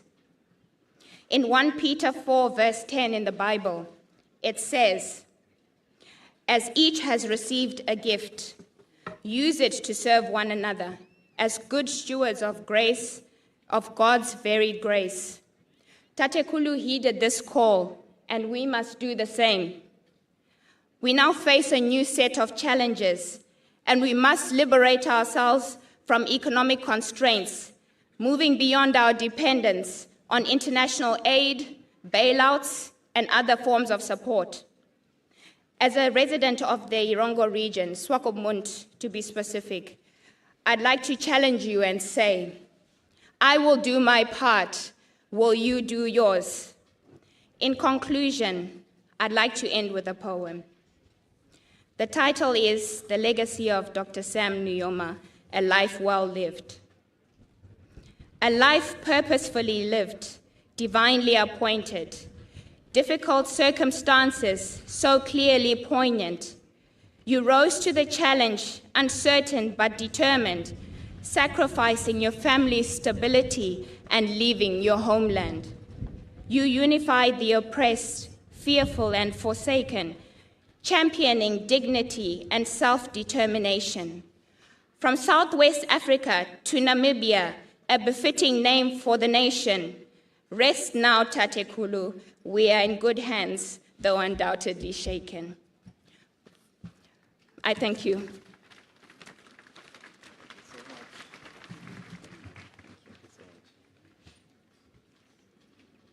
Thank you so much, Ms. Winnie Mukupuki, the grandchild of the founding father.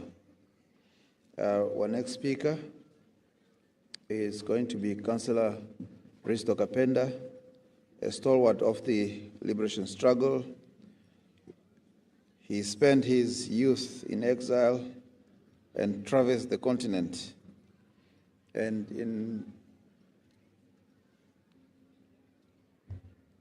lived at some point in Addis Ababa, Ethiopia, along with other comrades while in exile, where he received training in aviation. He is the former president of the National Union of Namibian Workers and was until recently mayor of Arandes Town in the Erongo region. He's a plant fighter and will be speaking on behalf of the Swapo Party veterans.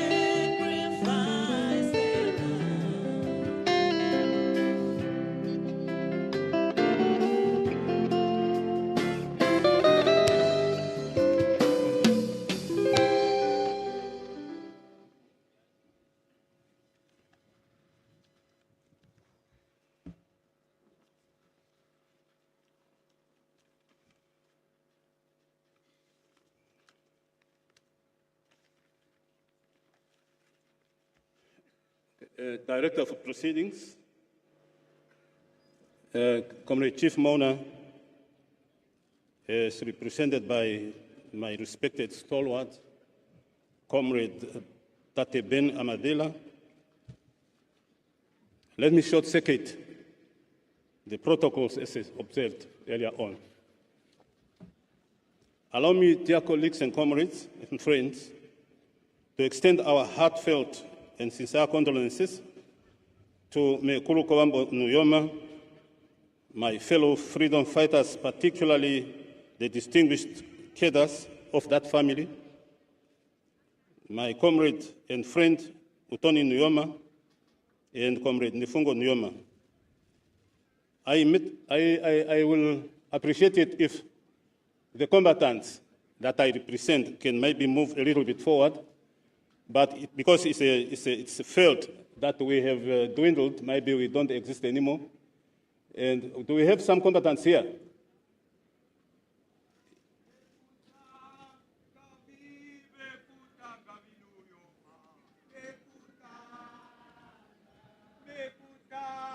Kapi mekutanga Nuyoma, mekutanga. Wanamibia, Nuyoma presidente, Wanamibia. Wanamibia, Nuyoma presidente, Wanamibia.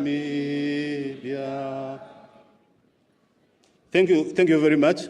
As can be seen, I was asked to represent the former plan fighters. People who left this country and they were not lucky enough to become refugees.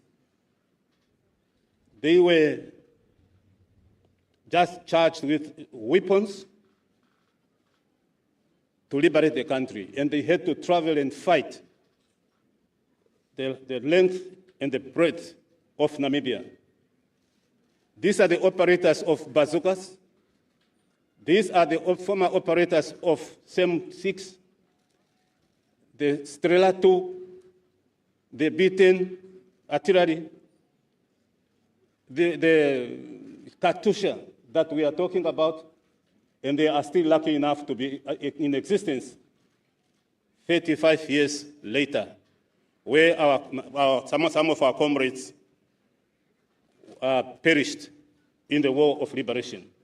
These are the people I was asked to represent today here. As can be seen, we didn't appear on that list. Hence, we refused to be sidelined, not to say farewell, to pay farewell to our Commander-in-Chief. Hence, the insertion of of us into the program. We are mourning a hero among heroes, Namibia's most outstanding father figure of the Namibian Revolution, the #1 gallant fighter in Namibia's fight for freedom, the architect of Swapo and plans, tactical and strategical plans, the leading and undisputable tactician at the diplomatic front, the undefeatable fighter in the political sphere, and the unifier of the Namibian nation who loved this country so dearly, the former commander-in-chief of Namibia's liberation struggle, through PLAN, People's Liberation Army of Namibia, Swapo's military wing. We are the surviving members of that military wing, PLAN. The founding president of our country, the father of the nation, Comrade Sam Safishuna Nuyoma, dear mourners, fellow freedom fighters, we are paying homage to a hero above heroes, a martyr of all times, the fearless fighter for human dignity for his people, a disciplinarian who shaped focus to the liberation of the motherland, and for all, for motherland for all by all. Sam Safishuna Nuyoma. As a commander-in-chief, he once stated, when the history of a free and independent Namibia is written one day, Swapo will go down as having stood firm where others have wavered, that it sacrificed for the sacred cause of liberation where others compromised, unquote. These words of wisdom, narrated so early and long time ago in the forests during our liberation struggle, still resonates in our minds, particularly members of the liberation struggle through PLAN. Today, now that the skies of our nation have cleared once more, and our people have tasted the fruits of freedom, for those who might not know the meaning of the name Safishuna, it means it is as if there is trouble, or looks like there comes a problem, literally translated. It is as if Tatekulu Daniel Utoni Nuyoma, our founding father's dad, predicted what his son was awaited. The task of clearing Ishuna, or trouble, and 8 times troubling troubles before troubles troubled him and his folks. In Oshwambo, they say, meaning, the meaning you set in the name of your child might surface into reality once in a lifetime. So if you name your child Satan, or Nanyalo, lazy, don't reprimand your child when he became wild and because of the name. Thus, President Nuyoma had to face troubles and obstacles our nation confronted all his lifetime, and had to lead the march of overcoming those. It was during this struggle that some of us met President Nuyoma in the jungles of our neighboring countries, like Angola, Zambia, and even Botswana, who gave us the basis to cooperate from in the quest of liberating the fatherland. It is during that period that as young boys and girls in the falls of Swapo, is a liberation movement under the leadership of Sam Nuyoma, we were trained militarily and had to be turned into a hardened, wind-blown, tough, rough guerrilla fighters, dedicated and determined not only to rough up the apartheid system in our country, but to annihilate, dismantle, and defeat the Boer regime and kick racism, fascism, and colonialism out of Namibia forever. It is manifested on the 21st March 1990. Thanks to the dynamic leadership of President Nuyoma, it is still green in my memory the day I shook hands with President Nuyoma, the firm grip, and the revolutionary hug in the jungles and the valleys in the Huila province of Angola. I was a military instructor then, with others. Some of the comrades here were with me that particular time. We were trained in various specialties: artillery, infantry, reconnaissance, anti-aircraft, and all departments in the combat support units, sabotage. Majority of these people were trained like that. And these are the people who even created or composed majority of the songs that we are singing today. They became, I see people dancing. For example, some of the songs that people are singing today are no more having a meaning because diluted to an extent. When you say, for example, when you say, Namibia duletu teripua kukalunga teripua tukaremo to apipe to apangere komburume duletu jeimo mo Namibia. There is a verse where you are saying kokolango kawe kupula ngoporosomea kupula kombae shi pula shimwe jeimo mo Namibia. Now, if you go to your cassettes and see how the kids are singing those songs today, it's as if they lost completely their meaning. So, these are the people who we can consult so that we know exactly what was happening during the liberation struggle, and we don't need to sideline them. Yeah. We were tasked with a duty, personally, those anti-aircraft members of PLAN, to make sure that Kasinga massacre is not repeated. And we carried out that responsibility with zeal and determination, and Kasinga was not repeated until Namibia's independence. Since then, and in the trajectory of spearheading our march to freedom, I and majority of my comrades here received the commandments and directives from the Commander-in-Chief, Nuyoma, through the structures of PLAN. Besides numerous battles we fought over the years, particularly the guerrilla battles of Shatotwa, Epinga, Elundu, Ohai Peto,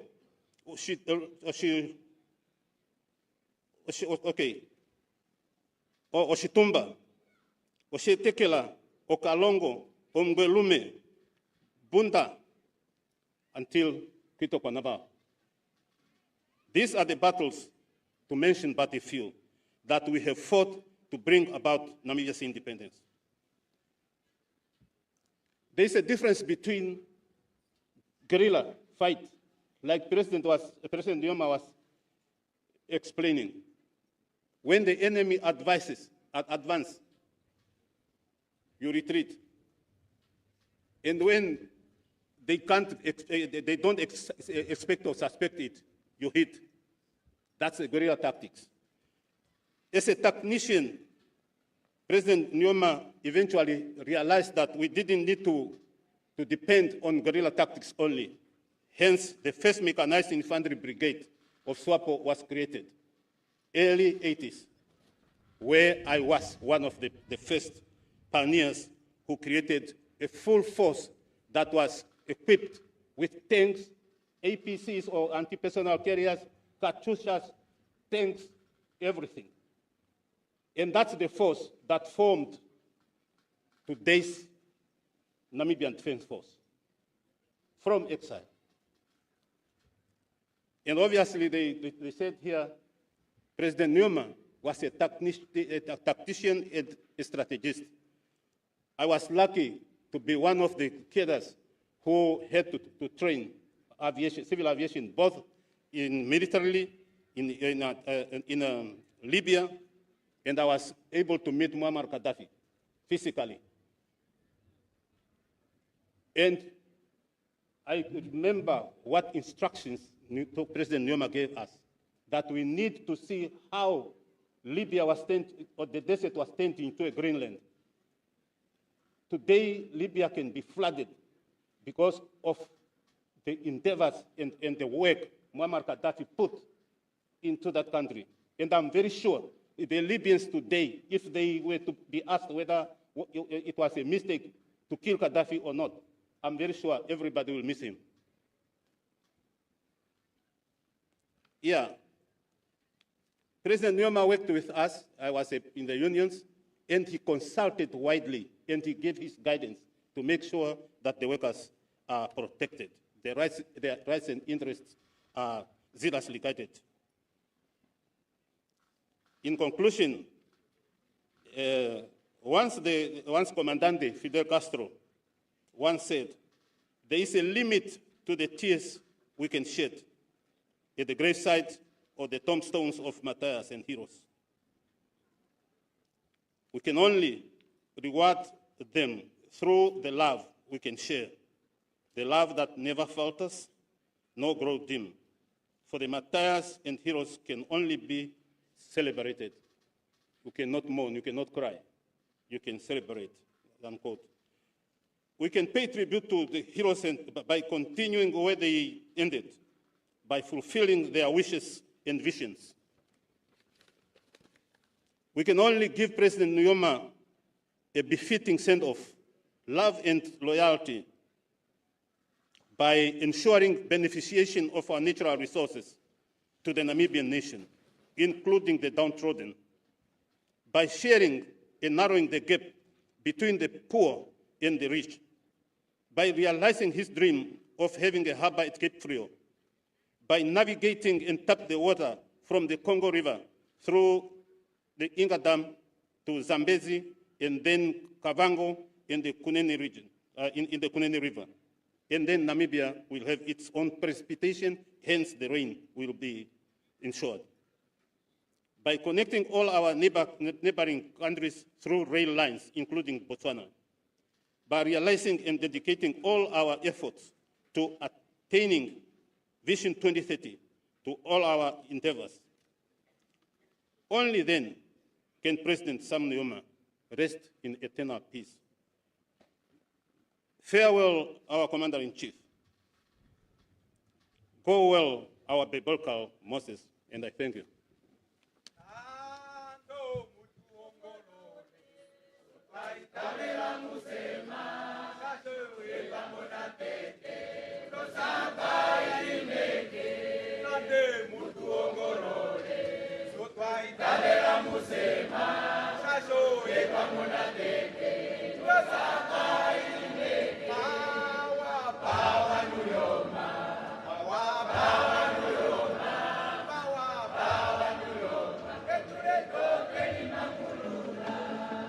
Power,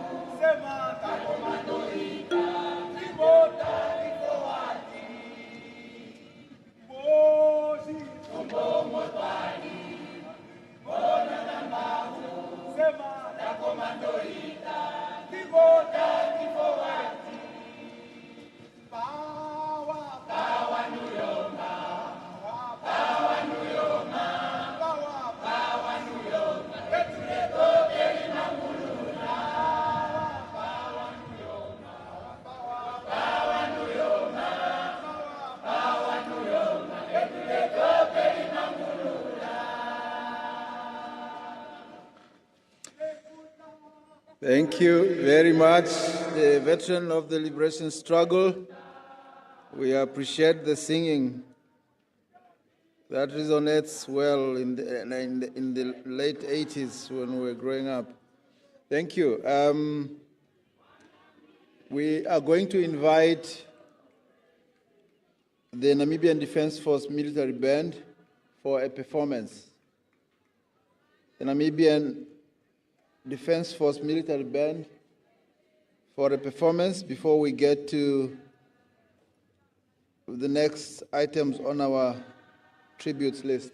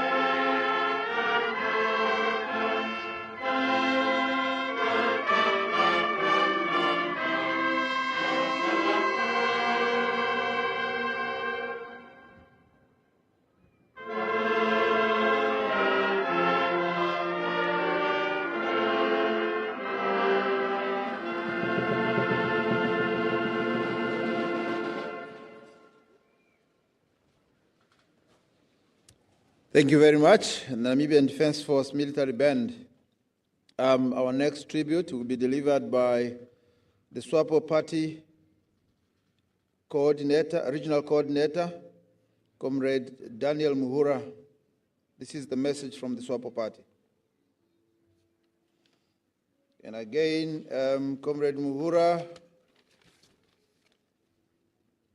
is the face of the Swapo Party in the region and serves as its regional coordinator. He's a native of the Erongo Region and was once the mayor of Arandes Town.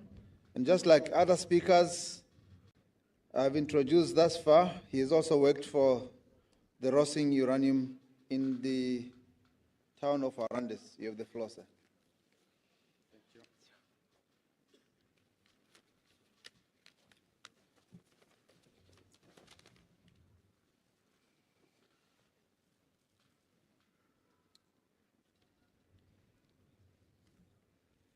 Director of Ceremonies,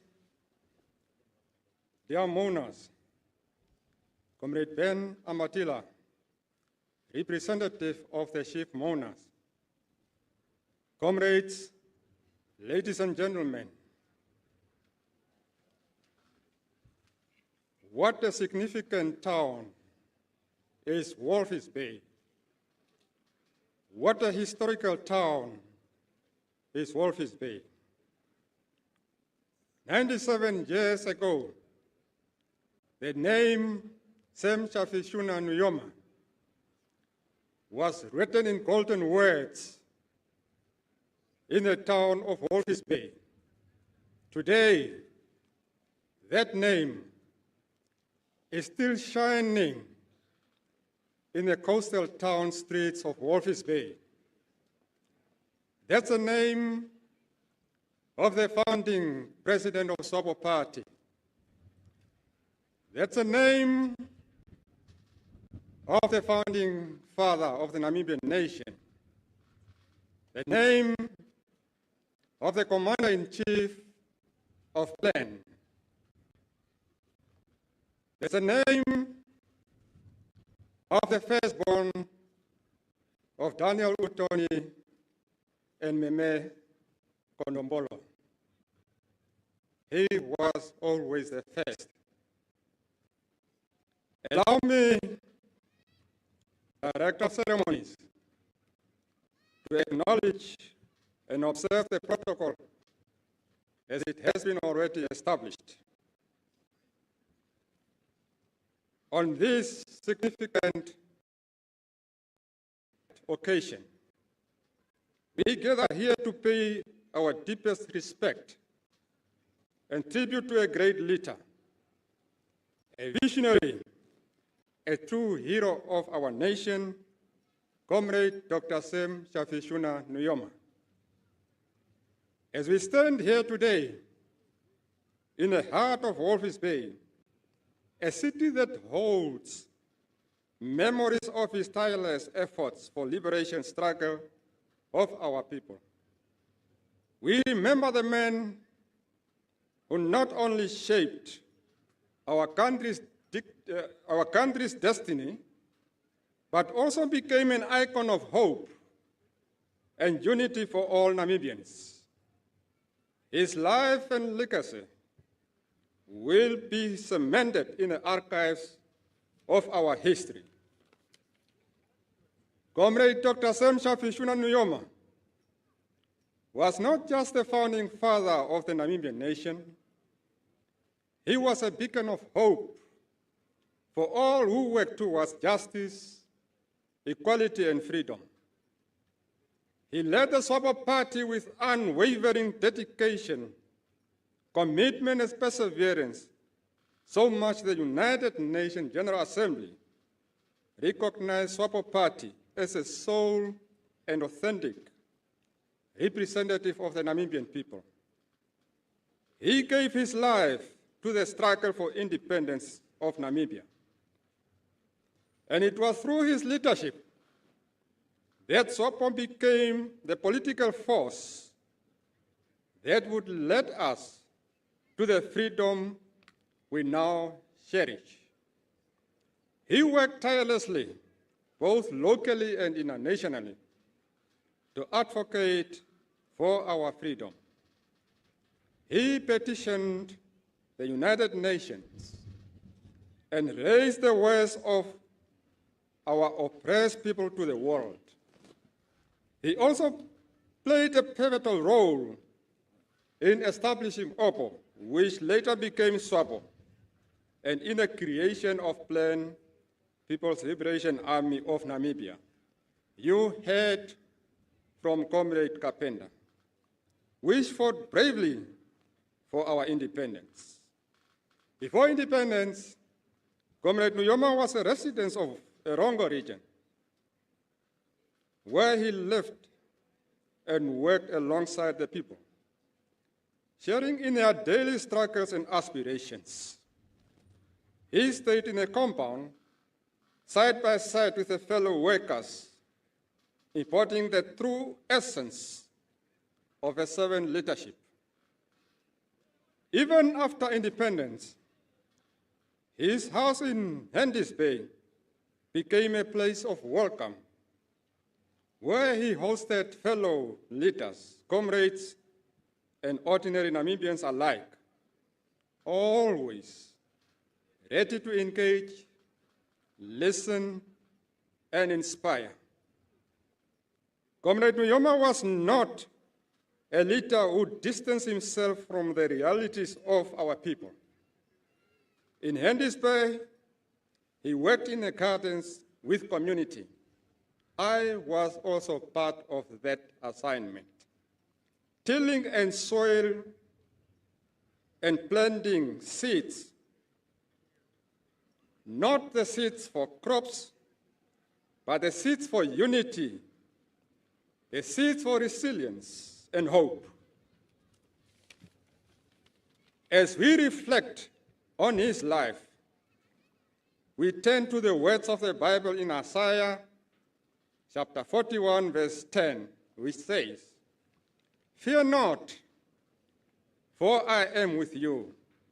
Be not dismayed, for I am your God. I will strengthen you. I will help you. I will uphold you with my righteous right hand." These words echo the strength, courage, and divine guidance that Dr. Nuyoma embodied through his entire life. His journey was not easy, but through his faith, determination, and love for his people, he carried us through the freedom we are enjoying today. Today, Namibia mourns the loss of our beloved father of the nation. Africa mourns the loss of a great Pan-African leader. The world mourns the loss of a leader of notes, a great freedom fighter. The Swapo Party mourns the loss of its founding president. And we, the people of Namibia, mourns the loss of our father, our guardian, and our mentor. We have become orphans. But we carry on with his spirit, his vision, and his commitment of a united, free, and prosperous Namibia. On behalf of Swapo Party, and indeed on my own behalf, I would like to express our heartfelt condolences to Memekovambo Nuyoma, our first founding First Lady, Comrade Utoni Daniel Nuyoma, and the entire Nuyoma's family. May you find comfort in the knowledge that Comrade Sam Shafishuna Nuyoma's legacy will live on forever. His soul will rest in power, and his work will continue through the generations to come. Go well, the son of the soil. Go well, founding president. Go well, father of the Namibian nation. May your soul rest in power. I salute.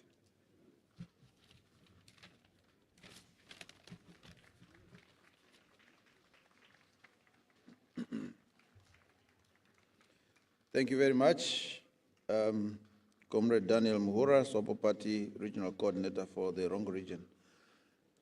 We are going to go back again to the Namibian Defense Force Military Band for another performance as we prepare to receive a message from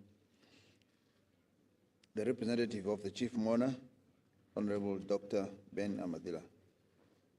And you.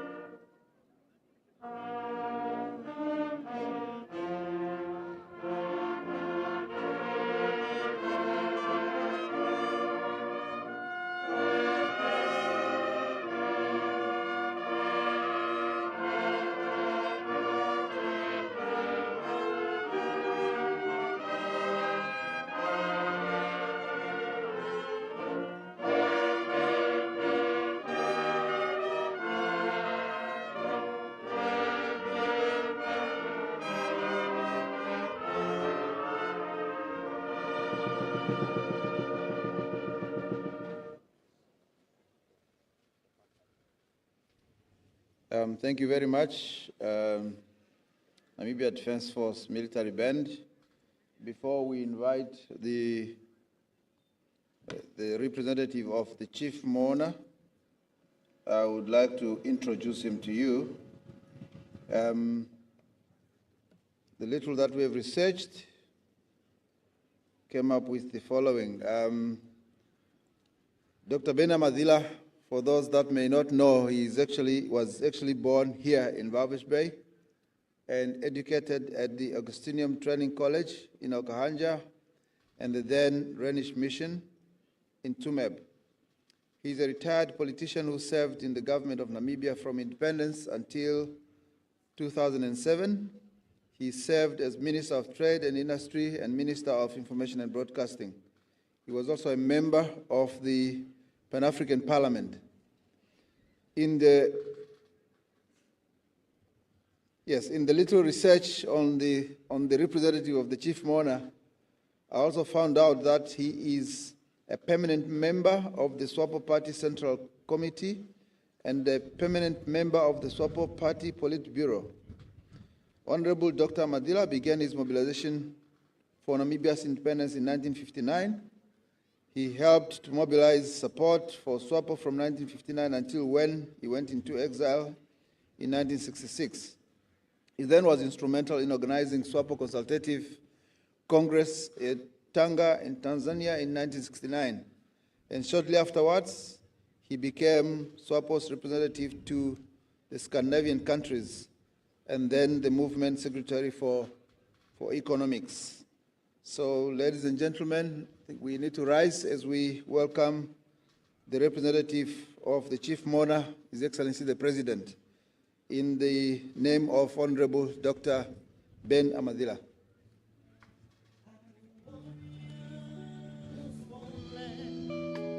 The nation is left as orphans. Our warrior has fallen. Rest in peace. Our founding president, the legacy will ever remain. Our founding president, farewell. Our father of the nation will forever remember you. Our father of the nation, farewell. Fululukwa, fululukwa, tate kulu. Fululukwa, fululukwa, nombiwi.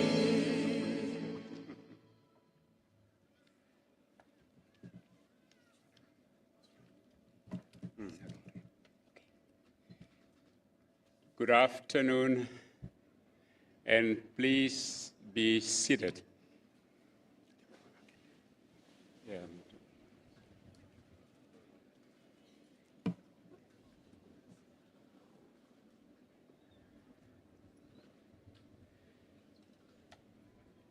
It's a moment of sadness on my part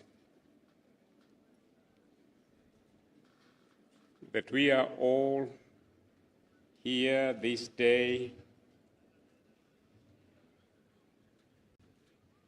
to try and face reality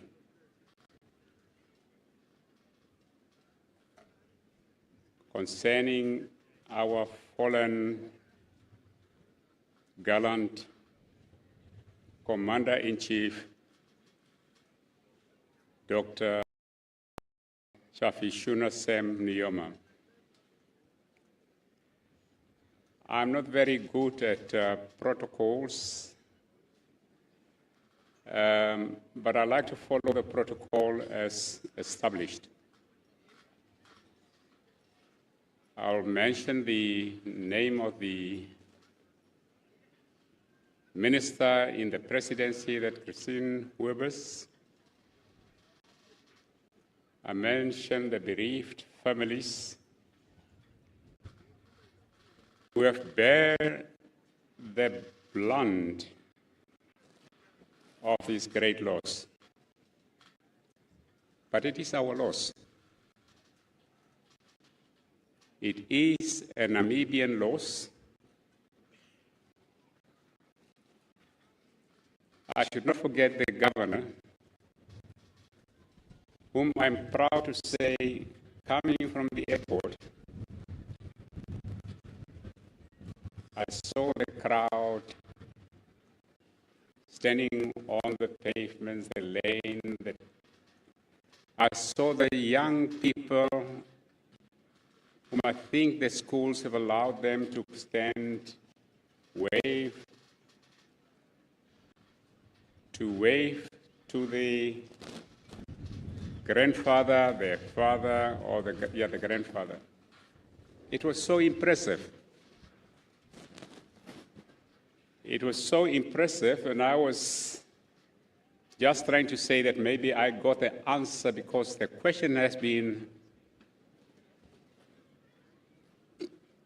when the president assigned me the task of standing in for him here,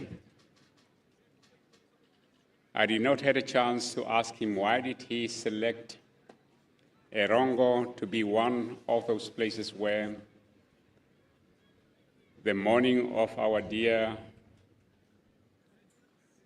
founder of the Namibian nation has been selected. But looking at the crowds this morning, the children,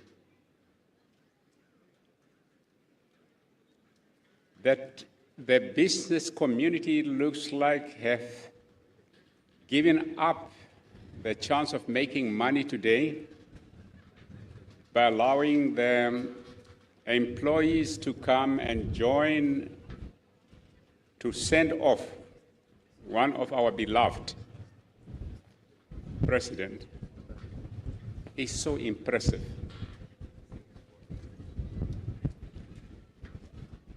I would like to come to my version while Erongo was chosen to explain quite a number of things. But let me first start off by saying this has been a very difficult week or weeks for all of us. But it looks like we are nearing an end in releasing him to let him go. We have him here in Erongo today, tomorrow in Keetmanshoop, and finally we'll take him to Windhoek, where those who has the capacity will reach there to see him being put away. Who was Sam Nuyoma?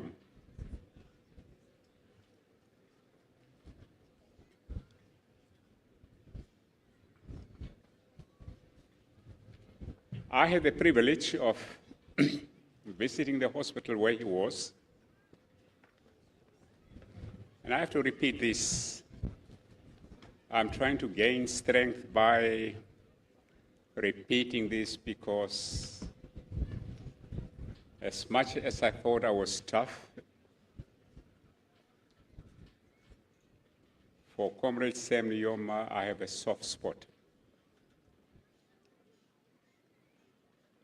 When I visited him at Lady Pohamba, I think it was a Friday afternoon, about shortly after 2.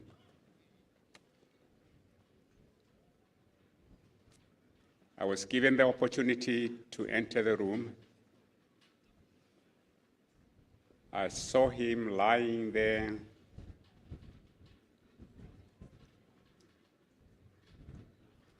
And I realized his hour has come. It was just a matter of time,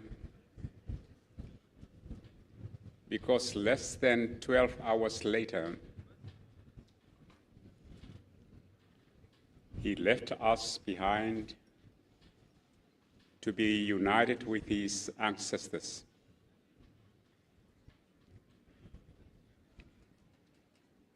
I left the room as a way of hiding my emotions, because I could not help it. I was just helpless. There's nothing I could do. I know he was going.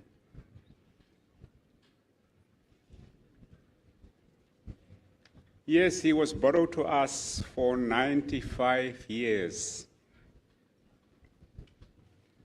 Who's going to be lucky to live that long? Who's going to be lucky to live that long? 95 years. Of course, his dear mother was more fortunate. I think she left us at the age of 107. But given the load that he carried, given the task that he performed, and the roads that he traveled, traversing every corner of the world for the search of liberations for the people of Namibia, was indeed a very heavy load. 95 years was indeed a blessed time. That's a life well led and lived. And for those who knew him, will realize that, yes, he guided us, he led us, and his smile, laughter, his love for children,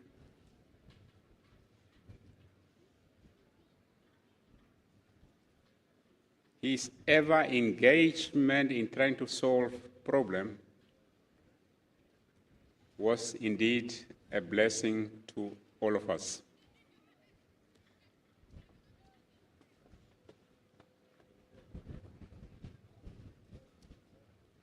Comrade Safishuna, Sam Nuyoma, yes, he's indeed gone. All what's remaining is we'll put him aside, we'll put a cross and mark a name on his, that yes, this is a place where one of the bravest leader for the cause of Namibians rest. It was not easy for him.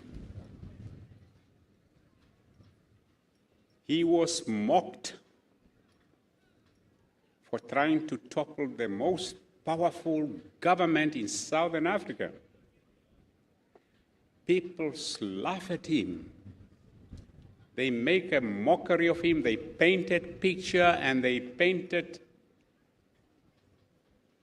all kind of mocking devices, showing him as a lion, a murderer of a hyena, murdering children, and all kind of things, to make him look bad to the people whom he was trying to liberate.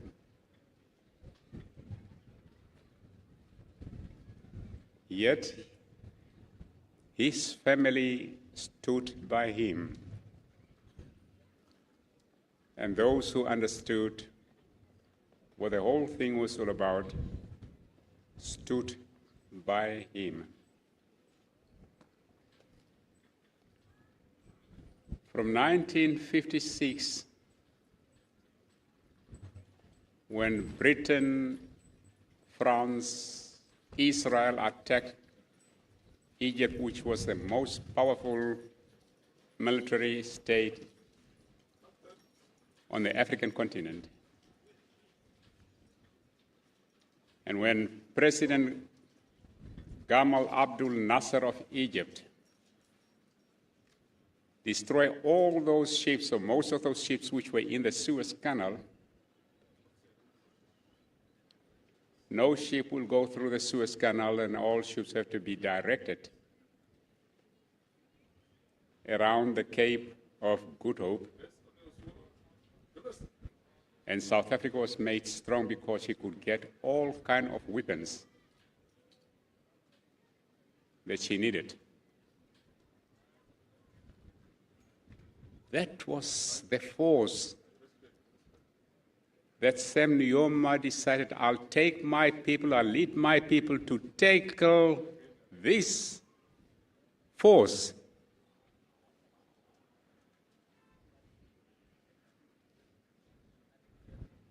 In 1989, he managed to do that.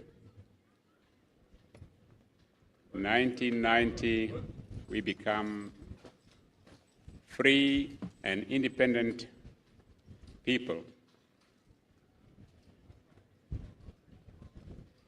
And he declared that Namibia was free not to be colonized again. Namibia was free forever. What was the price?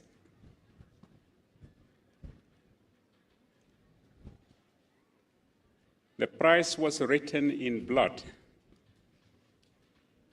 Young people who crossed the border after the collapse of the Portuguese colony in Angola, Mozambique, those young men and women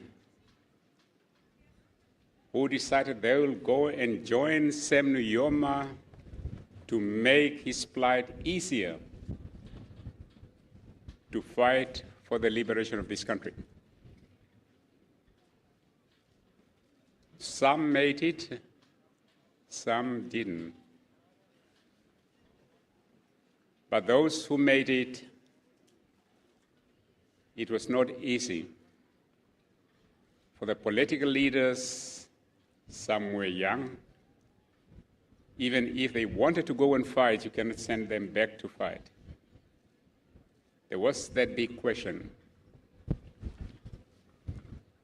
You are fighting to liberate the country. After liberation, what? Who's going to run that country after you've liberated it? There became a parallel demand,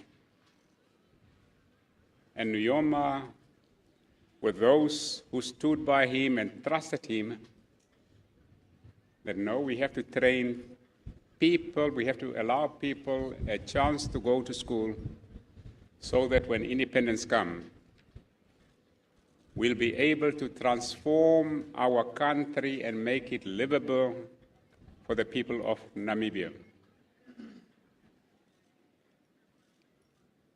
But the plan also needed educated people.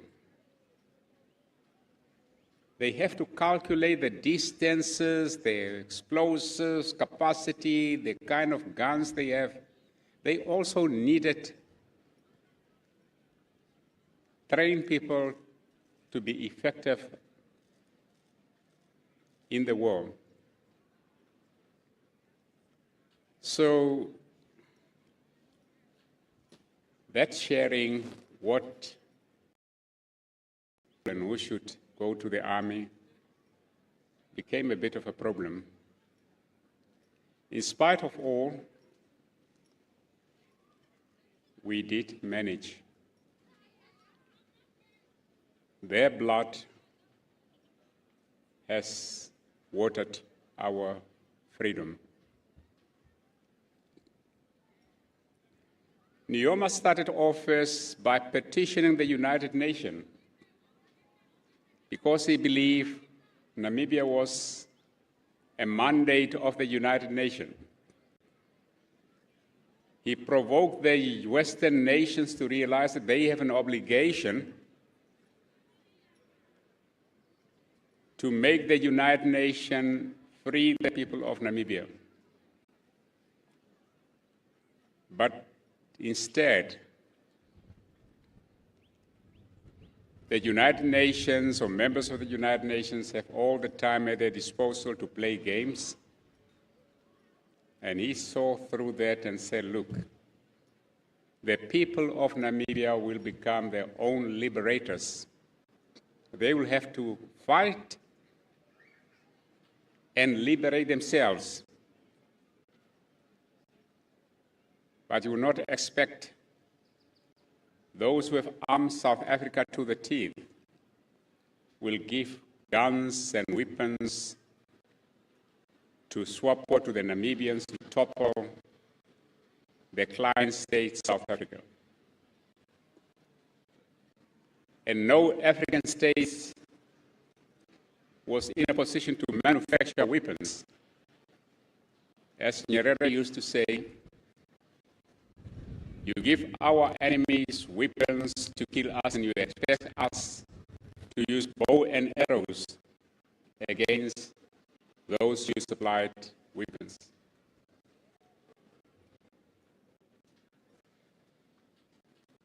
Nuyoma was a strategist, a very good one.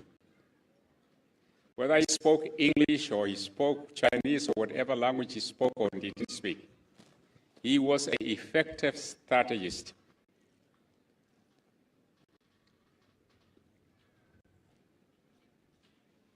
He organized himself and those who were there to get the weapons that was needed. Okay, the first weapons were obtained from Algeria, but they were Russian-made. But to fight a powerful state like South Africa, you need more weapons. You need more training. I remember I was given a chance to represent Swapo in the Nordic countries. And Prime Minister Olof Palme assured me that, look, we understand what you people are trying to do. We recognize your right to self-determination. We will not give you weapons, but we will give you all material assistance that you need. That was the story of most of the states in the West. They will not give us weapons. Nuyoma, the strategist, the tactician, went to the Soviet Union, started getting weapons, shiploads of weapons, and training facility for Namibians to train. But he also realized that while fighting to achieve what we need to achieve, those who are supporting South Africa were still very strong in blocking all the resolutions of the United Nations concerning Namibia. Nuyoma's strategy became one to win over all the African states, and he did. All African states, the African Unity, the OAU, the Organization for African Unity, in all minus Malawi and South Africa was not part of it, recognized Swapo and start supporting Swapo. But they didn't have all the money that we needed. The strategist Nuyoma pushed a point that our resolutions, Swapo resolutions, became resolutions of the OAU, who, once endorsed, will make it resolutions of the non-aligned movement resolutions, and a group of 77. And when we got to the United Nations, there was overwhelming support for Namibia's case at the United Nations. This overwhelming support was only stopped at the Security Council by those Western powers who had veto power. We couldn't get everything that we want when they used their veto powers.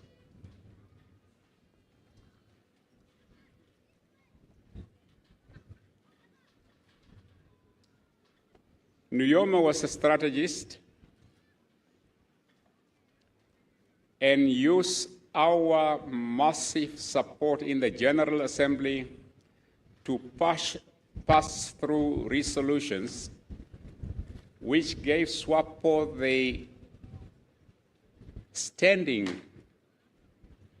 We got a standing of an observer to the OAU meetings, and we also got observer status to the United Nations.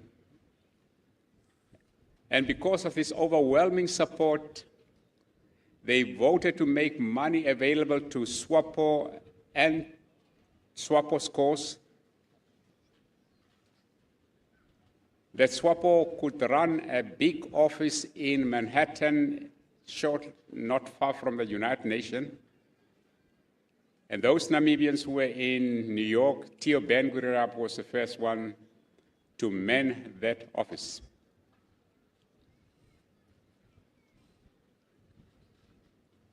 The United Nations started paying money for radio broadcasting and information production to make Swapo and Namibia's case all over the world. And because of the majority of support that we have in the United Nations, Swapo was called the authentic representative of the people of Namibia. Now that was quite an achievement. It was quite an achievement because in the history of the United Nations, no one has reached that stage of getting that kind of a title and getting funding from the United Nations to carry our struggle for liberation. Comrade Nuyoma will realize that we have the backing of the African countries. We have the backing of the people of Asia. We have the backing of the people of Latin America.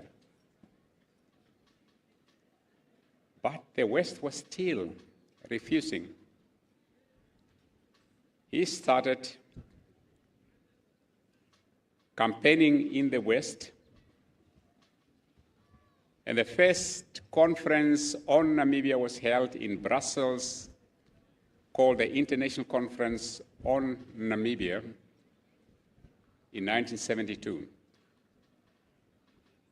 Some of the Western countries start softening up, but they did not recognize Swapo.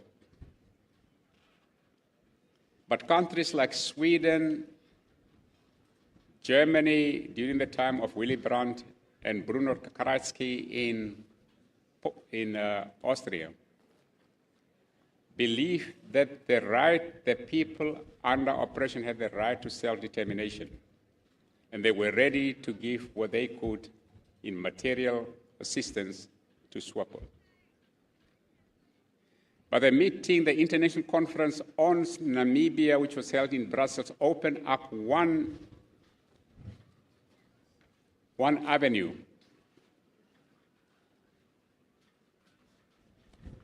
We came to the realization while we are talking, while we are fighting, our riches, our minerals were being shipped out of our country.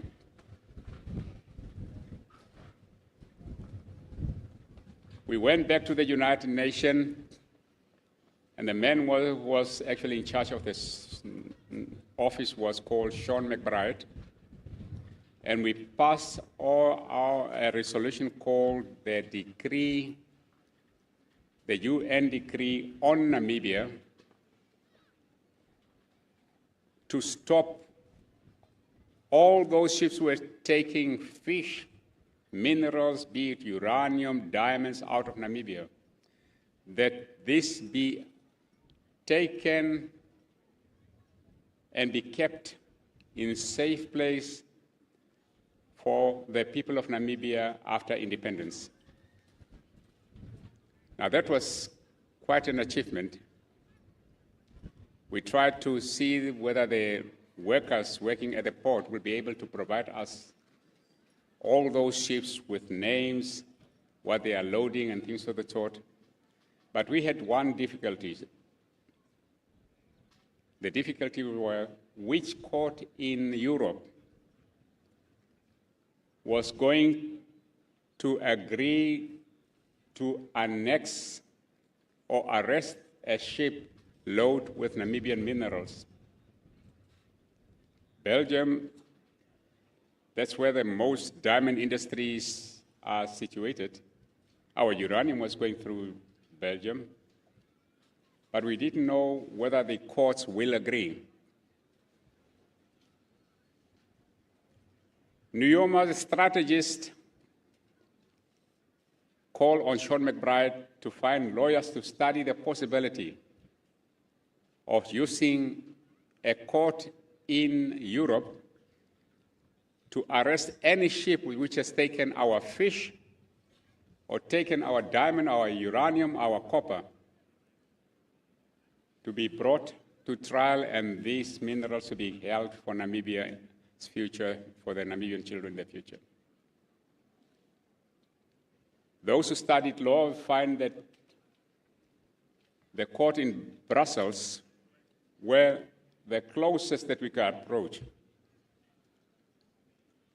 And 2 lawyers were engaged to start these activities.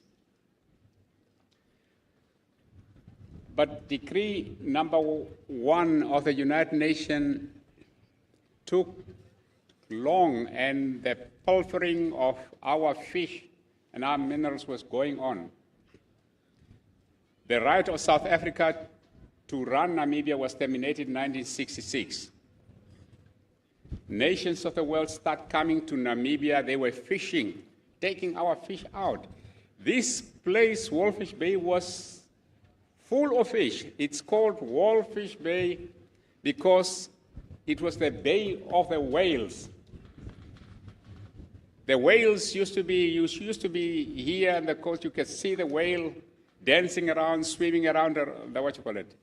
So nations of the world were coming here to take our fish away. And there was nothing we could do. And South Africa, because they were illegal occupying Namibia, they could not stop those ships. On the contrary, they started with, there was an organization called the United Nations, the International XCF, the International Council of South Atlantic Fishery. They were distributing fish among ourselves. Our fish has been depleted that period of time, and Nuyoma wanted to stop that. Unluckily, we did not make it. So Nuyoma's strategy was the South Africans claimed Walvis Bay was theirs. We were not there when they occupied Walvis Bay. But apparently some of the courts did confirm that Britain has occupied Walvis Bay and they passed it on to South Africa. When the resolution 435 of the United Nations was taken, that we could get independence, it excluded Walvis Bay. But there was a bit of a clause somewhere that says that the UN will help us to negotiate with South Africa to get Walvis Bay back. The UN didn't have enforcement capacity without the veto powers exercised by some of these countries. Now that was troubling to Comrade Nuyoma and those who were behind him. To get independence without Walvis Bay was troubling. Troubling in two senses. First, if you allow South Africa to remain here in Walvis Bay because they claim it is their territory, the dangerous aspect of it was you could create another, what is this situation in Cuba, Guantanamo. This territory will become South Africa's territory, and nothing will move out of Namibia without South Africa's permission. Nuyoma was aware of that. And nobody will agree to allow South Africa to occupy Walvis Bay forever.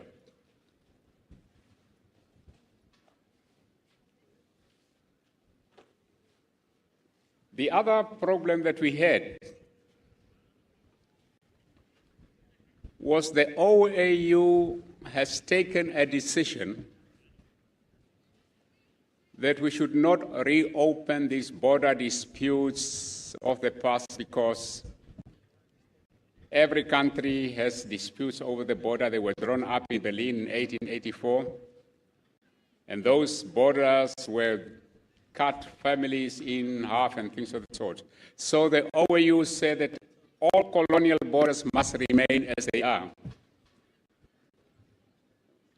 Now that was to the benefit of South Africa, which simply means that South Africa could retain Namibia. It's a colonial border. Now that was difficult. We were disadvantaged by that resolution.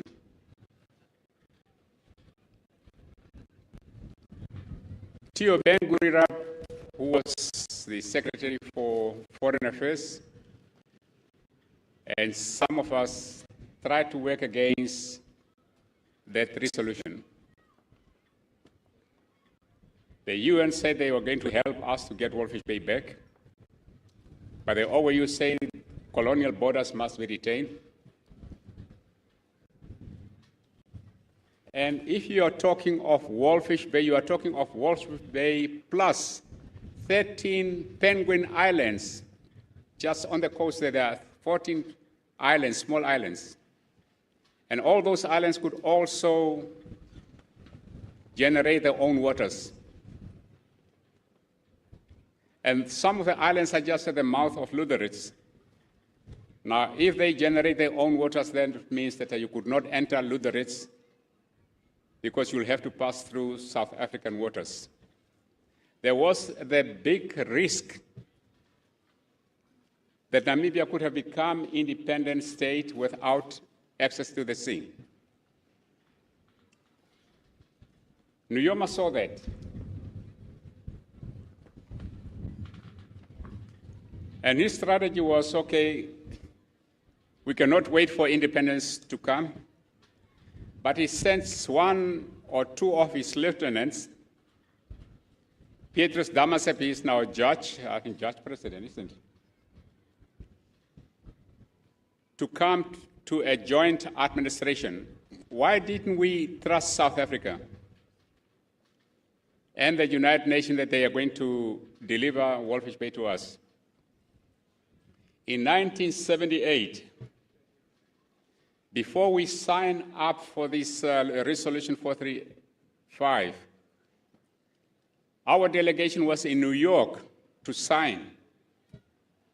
When South Africa deliberately attacked Kasinga to make sure that we feel the pain and to make us withdraw from the signing of that 435 in New York. So that wound was still fresh with us. And we knew we could not just wait for South Africa's goodwill or Western powers' goodwill. Anything can happen. But this time, Nuyoma said, okay, let's take the independence of Namibia without Walvis Bay. But we have to find another way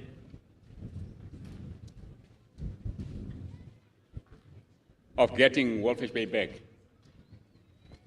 Petrus Damasepp was sent to come and man a joint administration with the South Africans. They were learning, trying to find out what Petrus Damasepp knew about all the intentions that Namibia has. And Petrus Damasepp was also reading them well to see their true intention.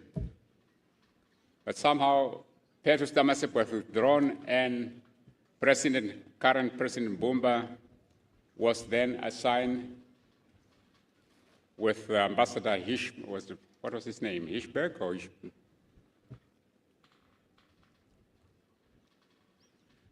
So it was a delicate, painful, long wait that Walvis Bay could not be integrated, could not be liberated together with the rest of Namibia, because South Africa's intention was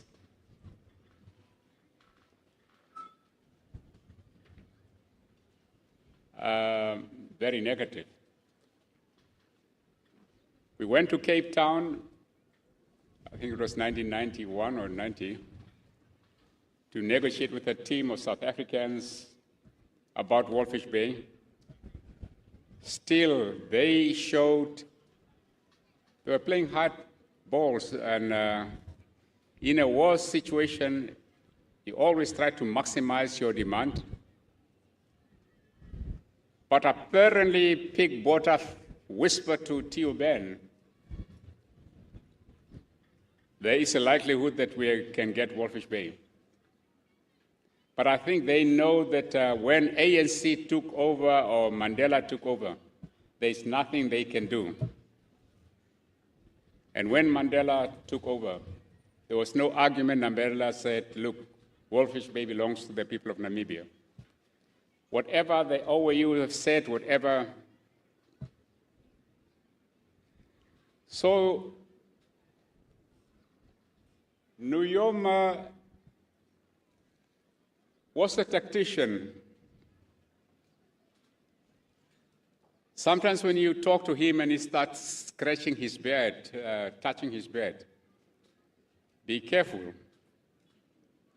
Sometimes that's a sign that something good will come out of it, but sometimes be careful, that's when he's angry. He steered us through all kinds of situations.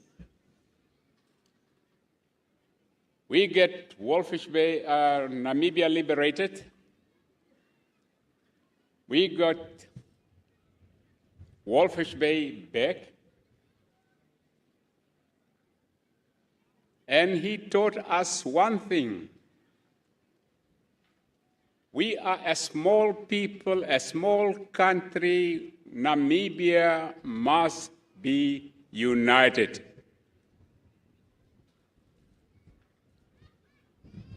We are sitting between 2 or 3 giants, Angola, northward, South Africa. I'm talking economically, militarily, they are giants. In the whole lifespan of Nuyoma, you find that unity was one of his core. I don't know whether he has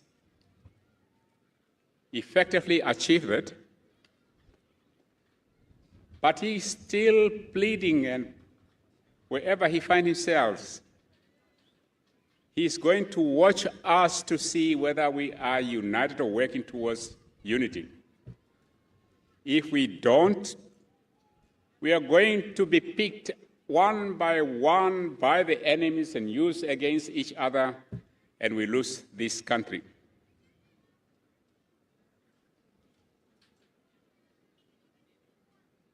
Nuyoma was a tolerant man. He always said,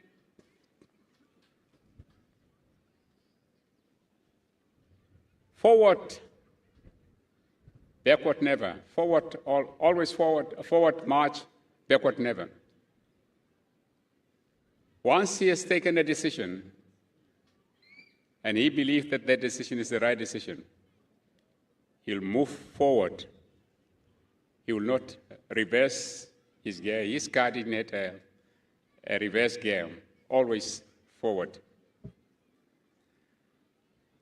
Now, my suspicion is when Bumba and the others decided Nuyoma must make a turn here at the coast in Erongo,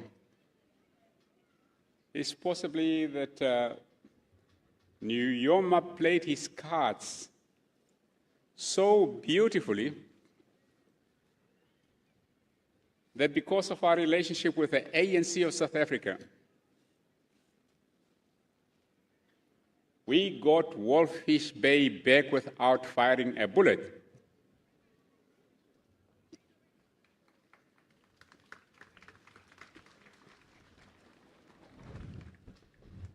That's brinkmanship, but it worked. Now, those of you who know the history of Swapo and ANC, when Nuyoma in 1959 was arrested and he has to appear before a court, what caused him to leave the country. Oliver Tambo, he was a partner in a law firm with Nelson Mandela, came from South Africa to Windhoek to come and defend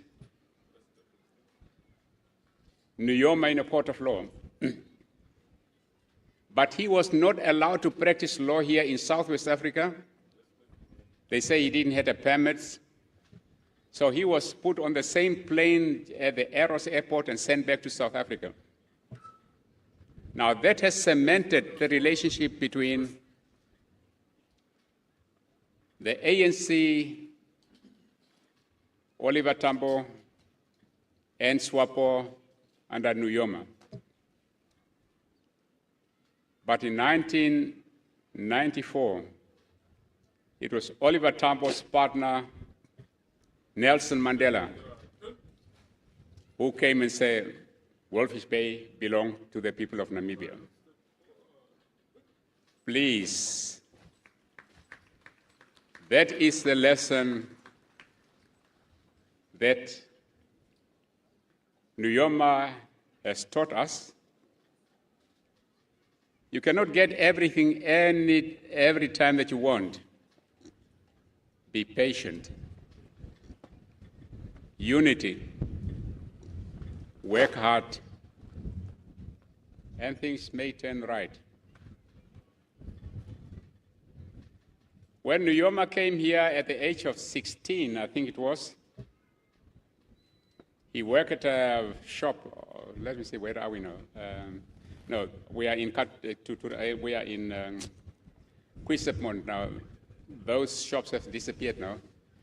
He worked at a shop belonging to a German Jew by the name of Helvish, but he didn't work very long there.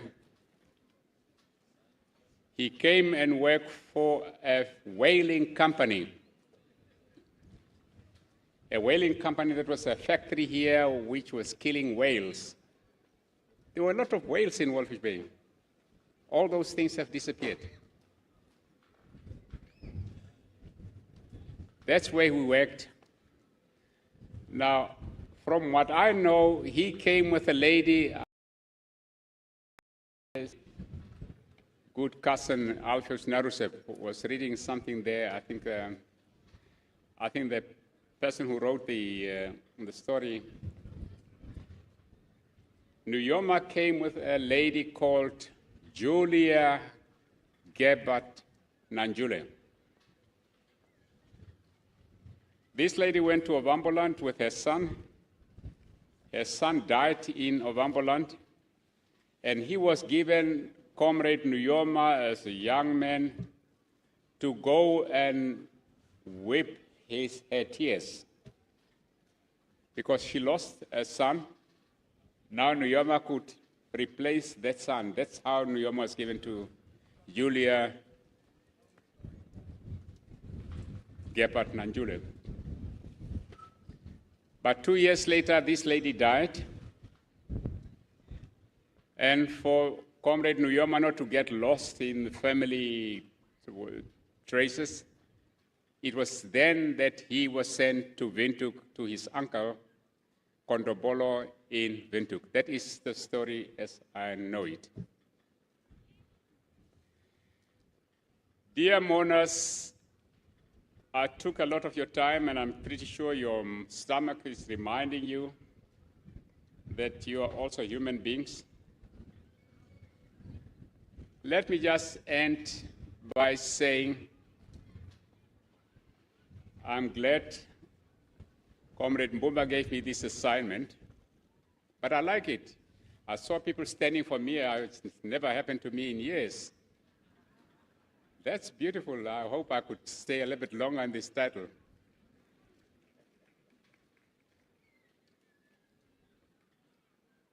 We have to show understanding and love for each other. Of course, if somebody doesn't like you, he doesn't like you. Why should you shouldn't force him?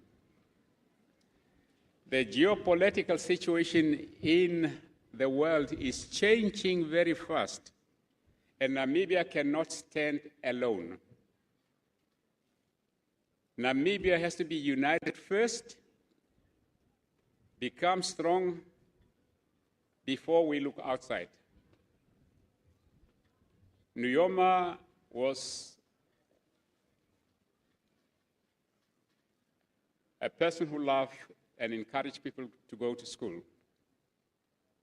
Yes, let's help our teachers to give the best to our children, because the world is so competitive, and our children being so small a population, we have to have the best educated of the population. I thank you very much for listening to this monologue.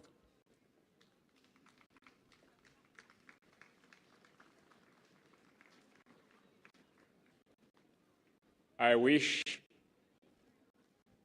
Comrade Nuyoma, wherever he is, his spirit will be with us, at least for some time to come, to make sure that we are doing the right thing, to lead us to a state united. And I have totally forgotten, he made his political testament. He made his political testament. I'm told he called Menetumbo or Dikwa, what is the Dikwa body? He called her, she was in South Africa, and he said, look, come and see me. And he told us, I want you to be the next president. Now,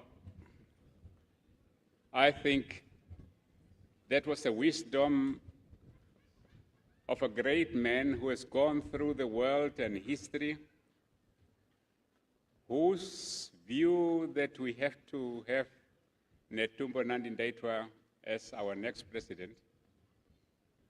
I think we have to look into that and support the view of our president. He's going to watch us from above, from wherever, to see whether we are doing the right thing. Long live our commander, our uncle, our Omtoteli. Wherever you are, we are going to miss you. We'll try to take your teaching to heart, and we are trying to get this nation united. I thank you.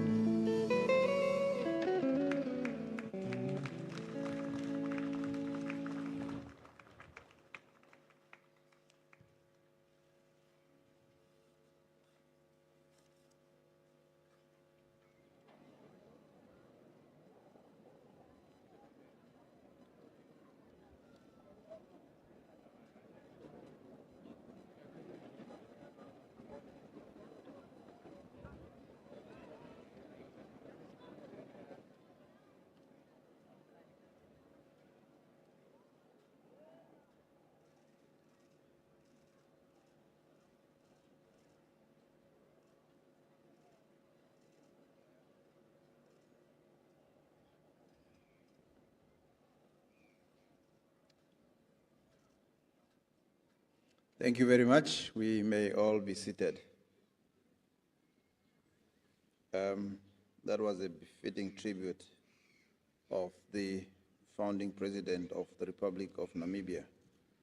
We can't substitute, we can't dilute, we can't add to what was just delivered here. We're almost at the end of our program, and to cement or to close off this official program, we are going to invite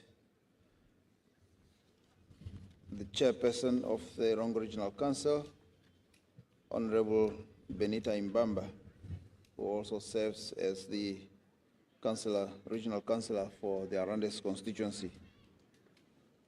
She will deliver the vote of thanks, and then I will take you through some few announcements as we progress with our program.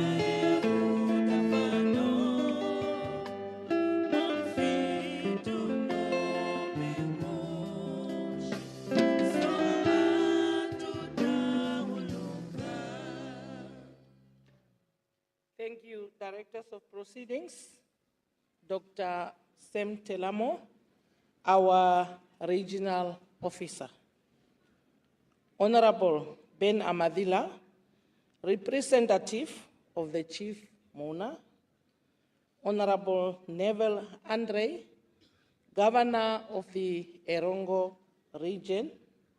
Allow me to stand by the protocol as already established by the former speakers. Dear bereaved mourners, today we are meeting here with heavy hearts, yet with profound gratitude, to pay tribute to the life and legacy of our beloved founding president and the father of the Namibian nation. It is an honor for me, as the chairperson of the Erongo Regional Council, to express our deepest appreciation to all who have made this solemn occasion possible. Firstly, I extend my heartfelt and profound appreciation to Meme Kovambo Teopoldine Kachimune Nuyoma, spouse and family of our late founding president, and the father of the Namibian nation, who allowed to share her husband's wisdom with all of us. Meme, you are our mother, and your strength gave us more courage. We stand together with you and your children during this difficult time. I further extend heartfelt gratitude to Honorable Neville Andre, the governor of this mighty region, and his office and all regional and local leaders who worked tirelessly in coordinating this befitting ceremony. Your leadership, guidance, and dedication to honoring our national hero is deeply appreciated. To our traditional leaders, thank you for your wisdom and for preserving the cultural values that our founding president held dear. Your presence today reaffirms the deepest respect we have for our heritage and history. To all speakers and dignitaries, your heartfelt messages have reminded us of our beloved father of the Namibian nation, selfless sacrifice, and unwavering commitment to the freedom and development of Namibia. A sincere thanks goes to our dedicated security personnel, health officials, and all service providers who have ensured that this memorial service runs smoothly and safely. Your efforts behind the scenes are much appreciated. To the media fraternity, thank you for covering this event and ensuring that every Namibian, near and far, can join us in remembering our founding president. Through your efforts, his legacy reaches every corner of our nation and beyond. A special and sincere thanks goes to our dedicated service providers of today, all government ministries and agencies, more especially the Office of the Governor, Erongo Regional Council, Ministry of Namibia, Defense Force, Namibia Correctional Services, Ministry of Health and Social Services, local authorities, National Youth Services, and NAMPORT. All mining sectors, more especially roasting uranium, Swapo uranium, Kiko R. Navahap mines, and Adranda. Private sectors, NAMPORT, Namibia Fish Consumption, Walvis Bay Salt, Buta Transport, Confederation Fishing Association. Individuals who at all times support and give encouragement, Kavema, Sandra De Govey, Ivan Masha, Master Sava, and the family. Providers not mentioned kindly burden us, but you have ensured that this memorial service runs smoothly and safely. Your efforts behind the scenes are much appreciated. To our organizing committee, which comprise of public and private sector. Job well done. Job well done, Team Erongo. You have delivered. Most importantly, I extend my deepest appreciation to the people of the Erongo region and all Namibians who gathered here today. Your presence is evident of your love and respect we hold so dear for our late father of the Namibian nation. To the Director of Ceremonies and our Chief Regional Officer, Dr. Ntelamo, thank you for always being ready to serve. In this memory, let us remain united, steadfast in our commitment to uphold the values of peace, unity, and development that he so passionately championed.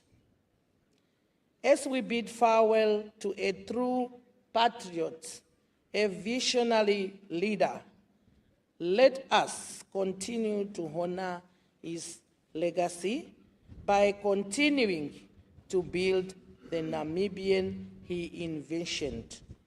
A nation of prosperity, equality, and unwavering solidarity.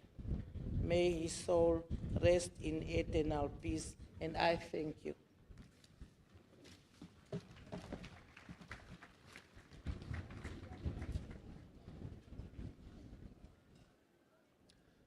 Thank you very much, Madam Chair. Ladies and gentlemen, our distinguished dignitaries, I would like to acknowledge all the VIPs that joined while the ceremony was going on. I've not gotten the names, but I've picked up there are a few people there. We've gotten to the end of the program, but before that, I would want to make some few announcements, and I really beg your indulgence so that we get this message clearly. Firstly, the body will lie instead, as you can see, as you can note on the program, that's what it says. Refreshments will be served. So what we are asking is that all of us, or let me start with the people in the VIP tent behind me, please do not move. And the body viewing will start with the dignitaries in the VIP tent. And then on my right, the senior citizens and the veterans of the liberation struggle, please do not move. Refreshments will be served right where you are. Senior citizens and veterans of the liberation struggle. So if there's anyone of my age there, they should find another tent.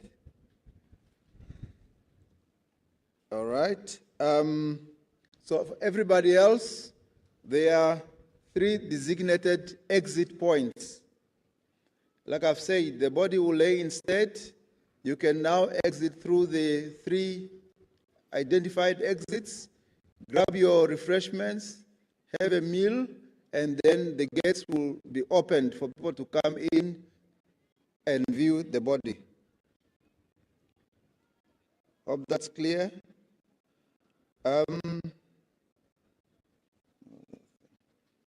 And then the singing, there are 4 groups here. We have the NDF band, the NCS band, Dilimani, and Hungarian singers. So what we will do is, as the VIP,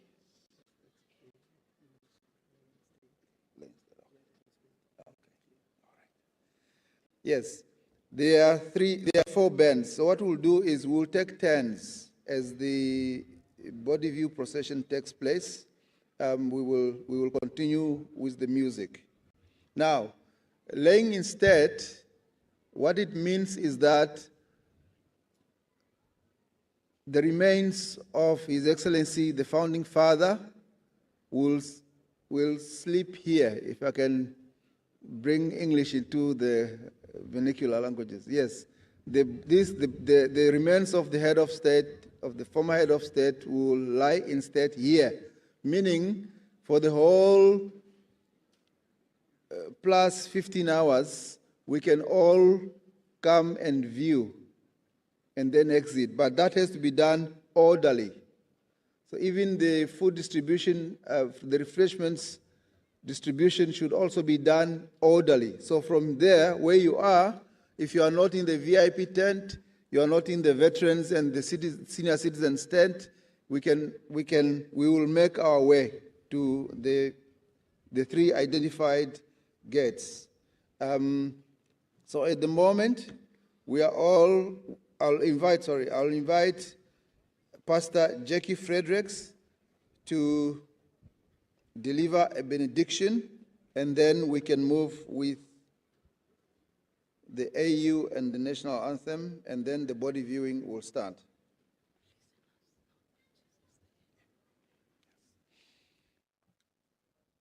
Is that in order, Pastor Jackie? Yes, thank you.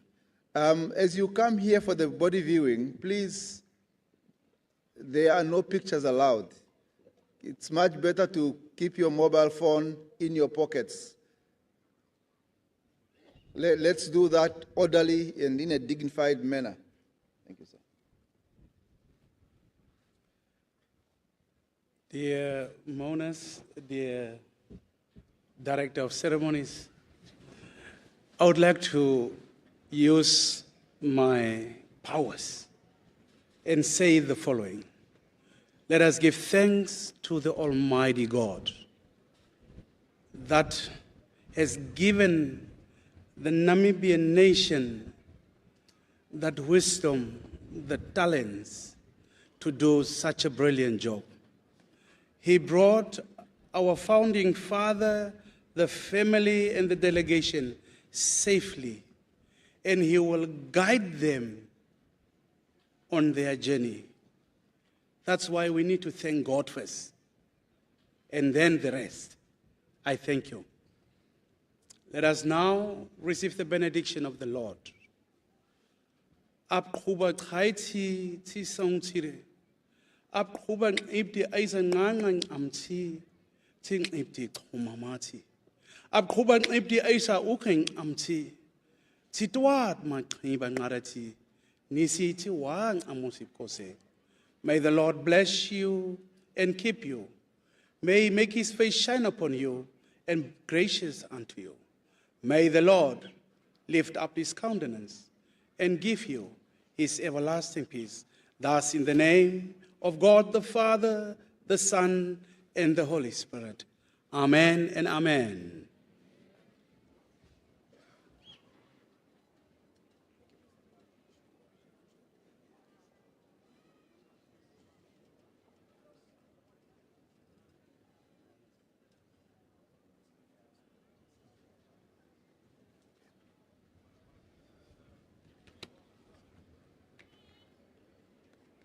All right, we shall now all rise to sing the AU and the national anthem.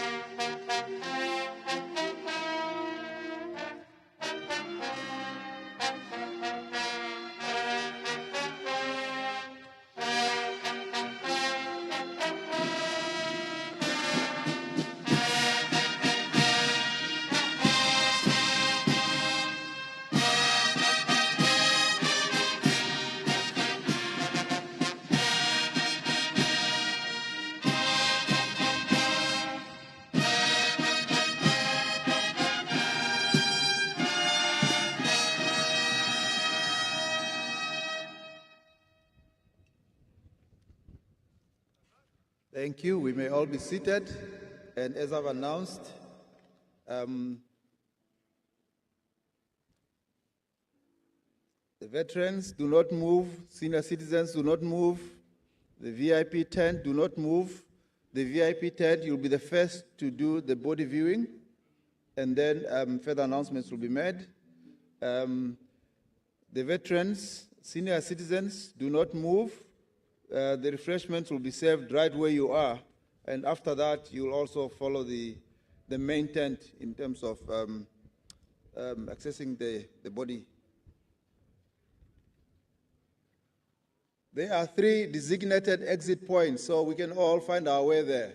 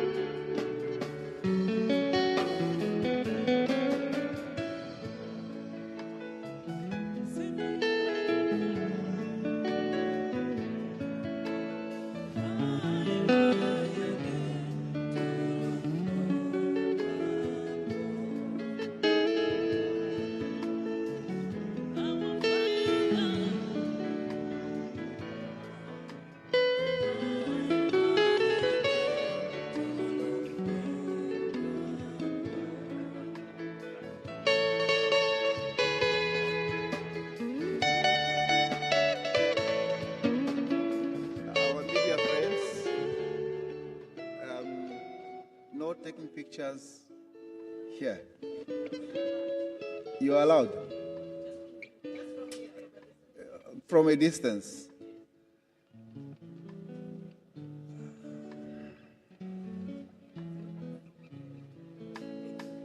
I think you are too.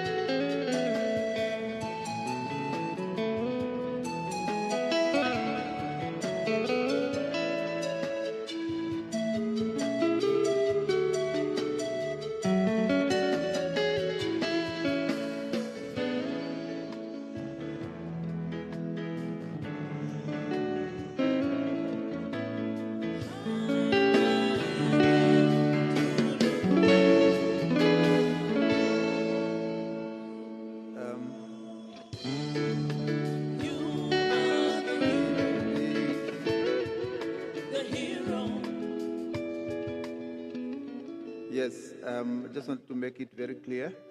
The Chief Mourner will lead and the family will follow, and then all the other dignitaries in that order. So we'll have the Chief Mourner who will lead, the family, and then the other dignitaries will follow. So if we can start the process.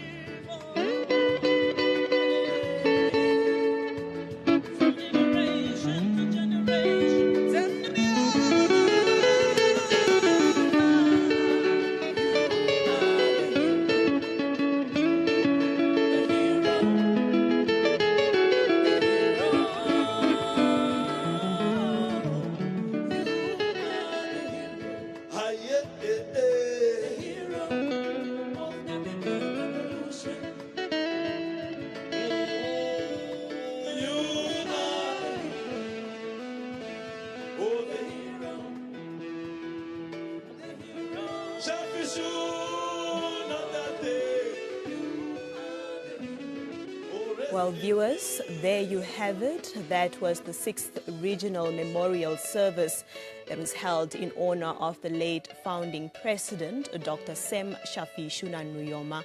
It has concluded and the body will lay in state overnight, and it is expected to proceed, that is to the Manasse region, tomorrow.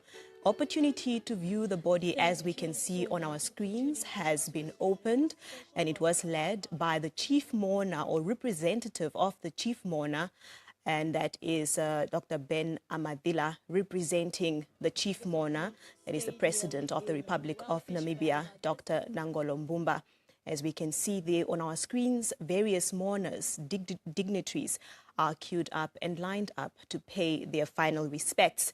Residents, if you find yourself in the region of Erongo and surrounding areas and would like to go and pay your respects by viewing the body of the late founding president, the opportunity is open for you to do so until tomorrow morning. So do make your way. That is to the Kwisubmund Stadium in Walvis Bay. We are expecting, that is of course, the 7th and final regional memorial service to take place tomorrow in the Manasse region, Keetmanshoop to be specific. This memorial service is targeted towards the regions of Manasse and Hardap region. Now, let me just take you through what those routes will take, or what they would look like.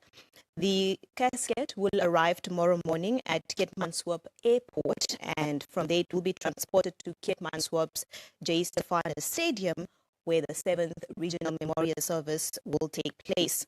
Now, the Regional Memorial Service will be, of course, see the presence of another representative of the Chief Mourner, and that one will be represented by John Mutora, who is the Deputy Prime Minister and Minister of Works and Transport, and he will be the representative of the Chief Mourner.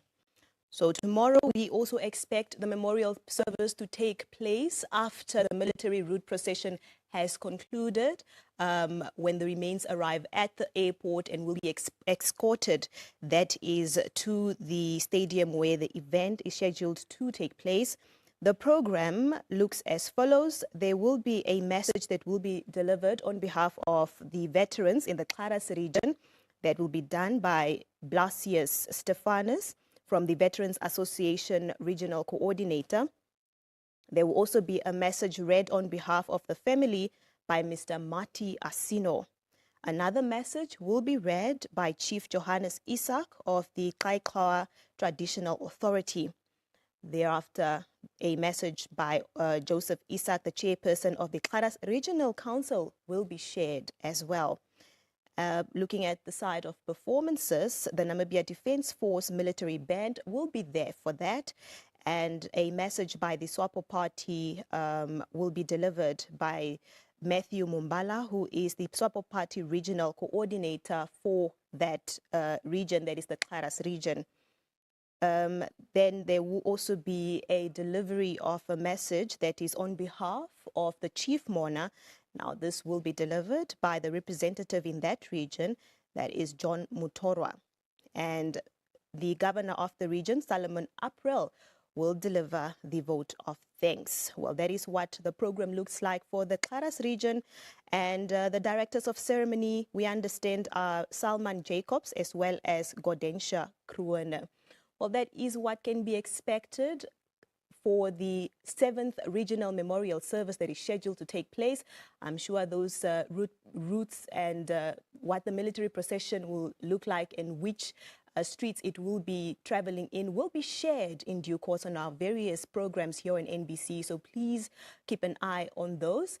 Also, please keep a lookout on our social media pages, that is NBC Digital News. All our pages, we will ensure that you are kept updated and abreast with the latest information as it trickles in on our side. If you do find yourself within the Hardap and Zeraeua region, please do make make your way to the stadium that is tomorrow and the streets in which the military route processions will be taking place in, to ensure that you are also part of paying your final respects to the late founding president of Namibia, that is Dr. Sam Shafi Shuna Nuyoma.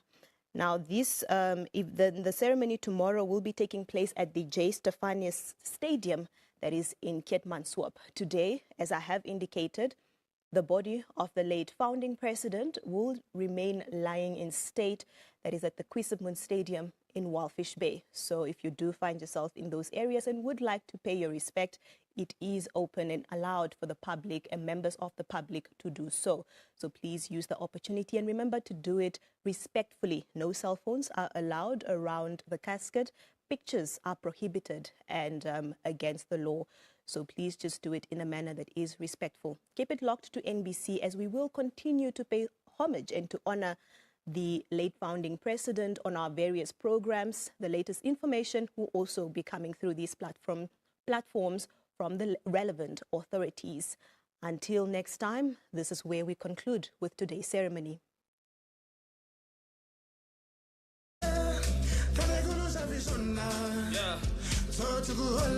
Yeah, because of you I was born free. No chains on my wrist that could hold me down.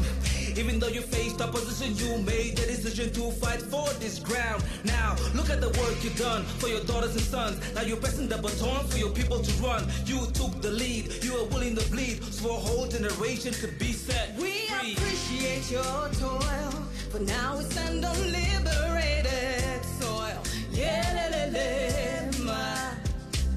Thank you for your sacrifice, the strength you gave to stand and fight. We tell the world your story, to God be all the glory. Kapembe kiti angangela, walonga, wamana, komanda hiti opulana, alumeno yali yabalwa, Nuyoma wa Namibia, kalunge tupelependa, Nuyoma, komanda, ependa. Satu popisema chafishu na cha Nuyoma, komanda woplana ya mateo kakulumbwati. Hey! Talk to them, Nuyoma, we will miss you. Farewell, farewell, farewell. Talk to them, Nuyoma, we will miss you. Farewell, farewell, farewell. For all you've done for the nation, we will carry the baton with dedication. Your name will stand the test of time. Farewell, farewell.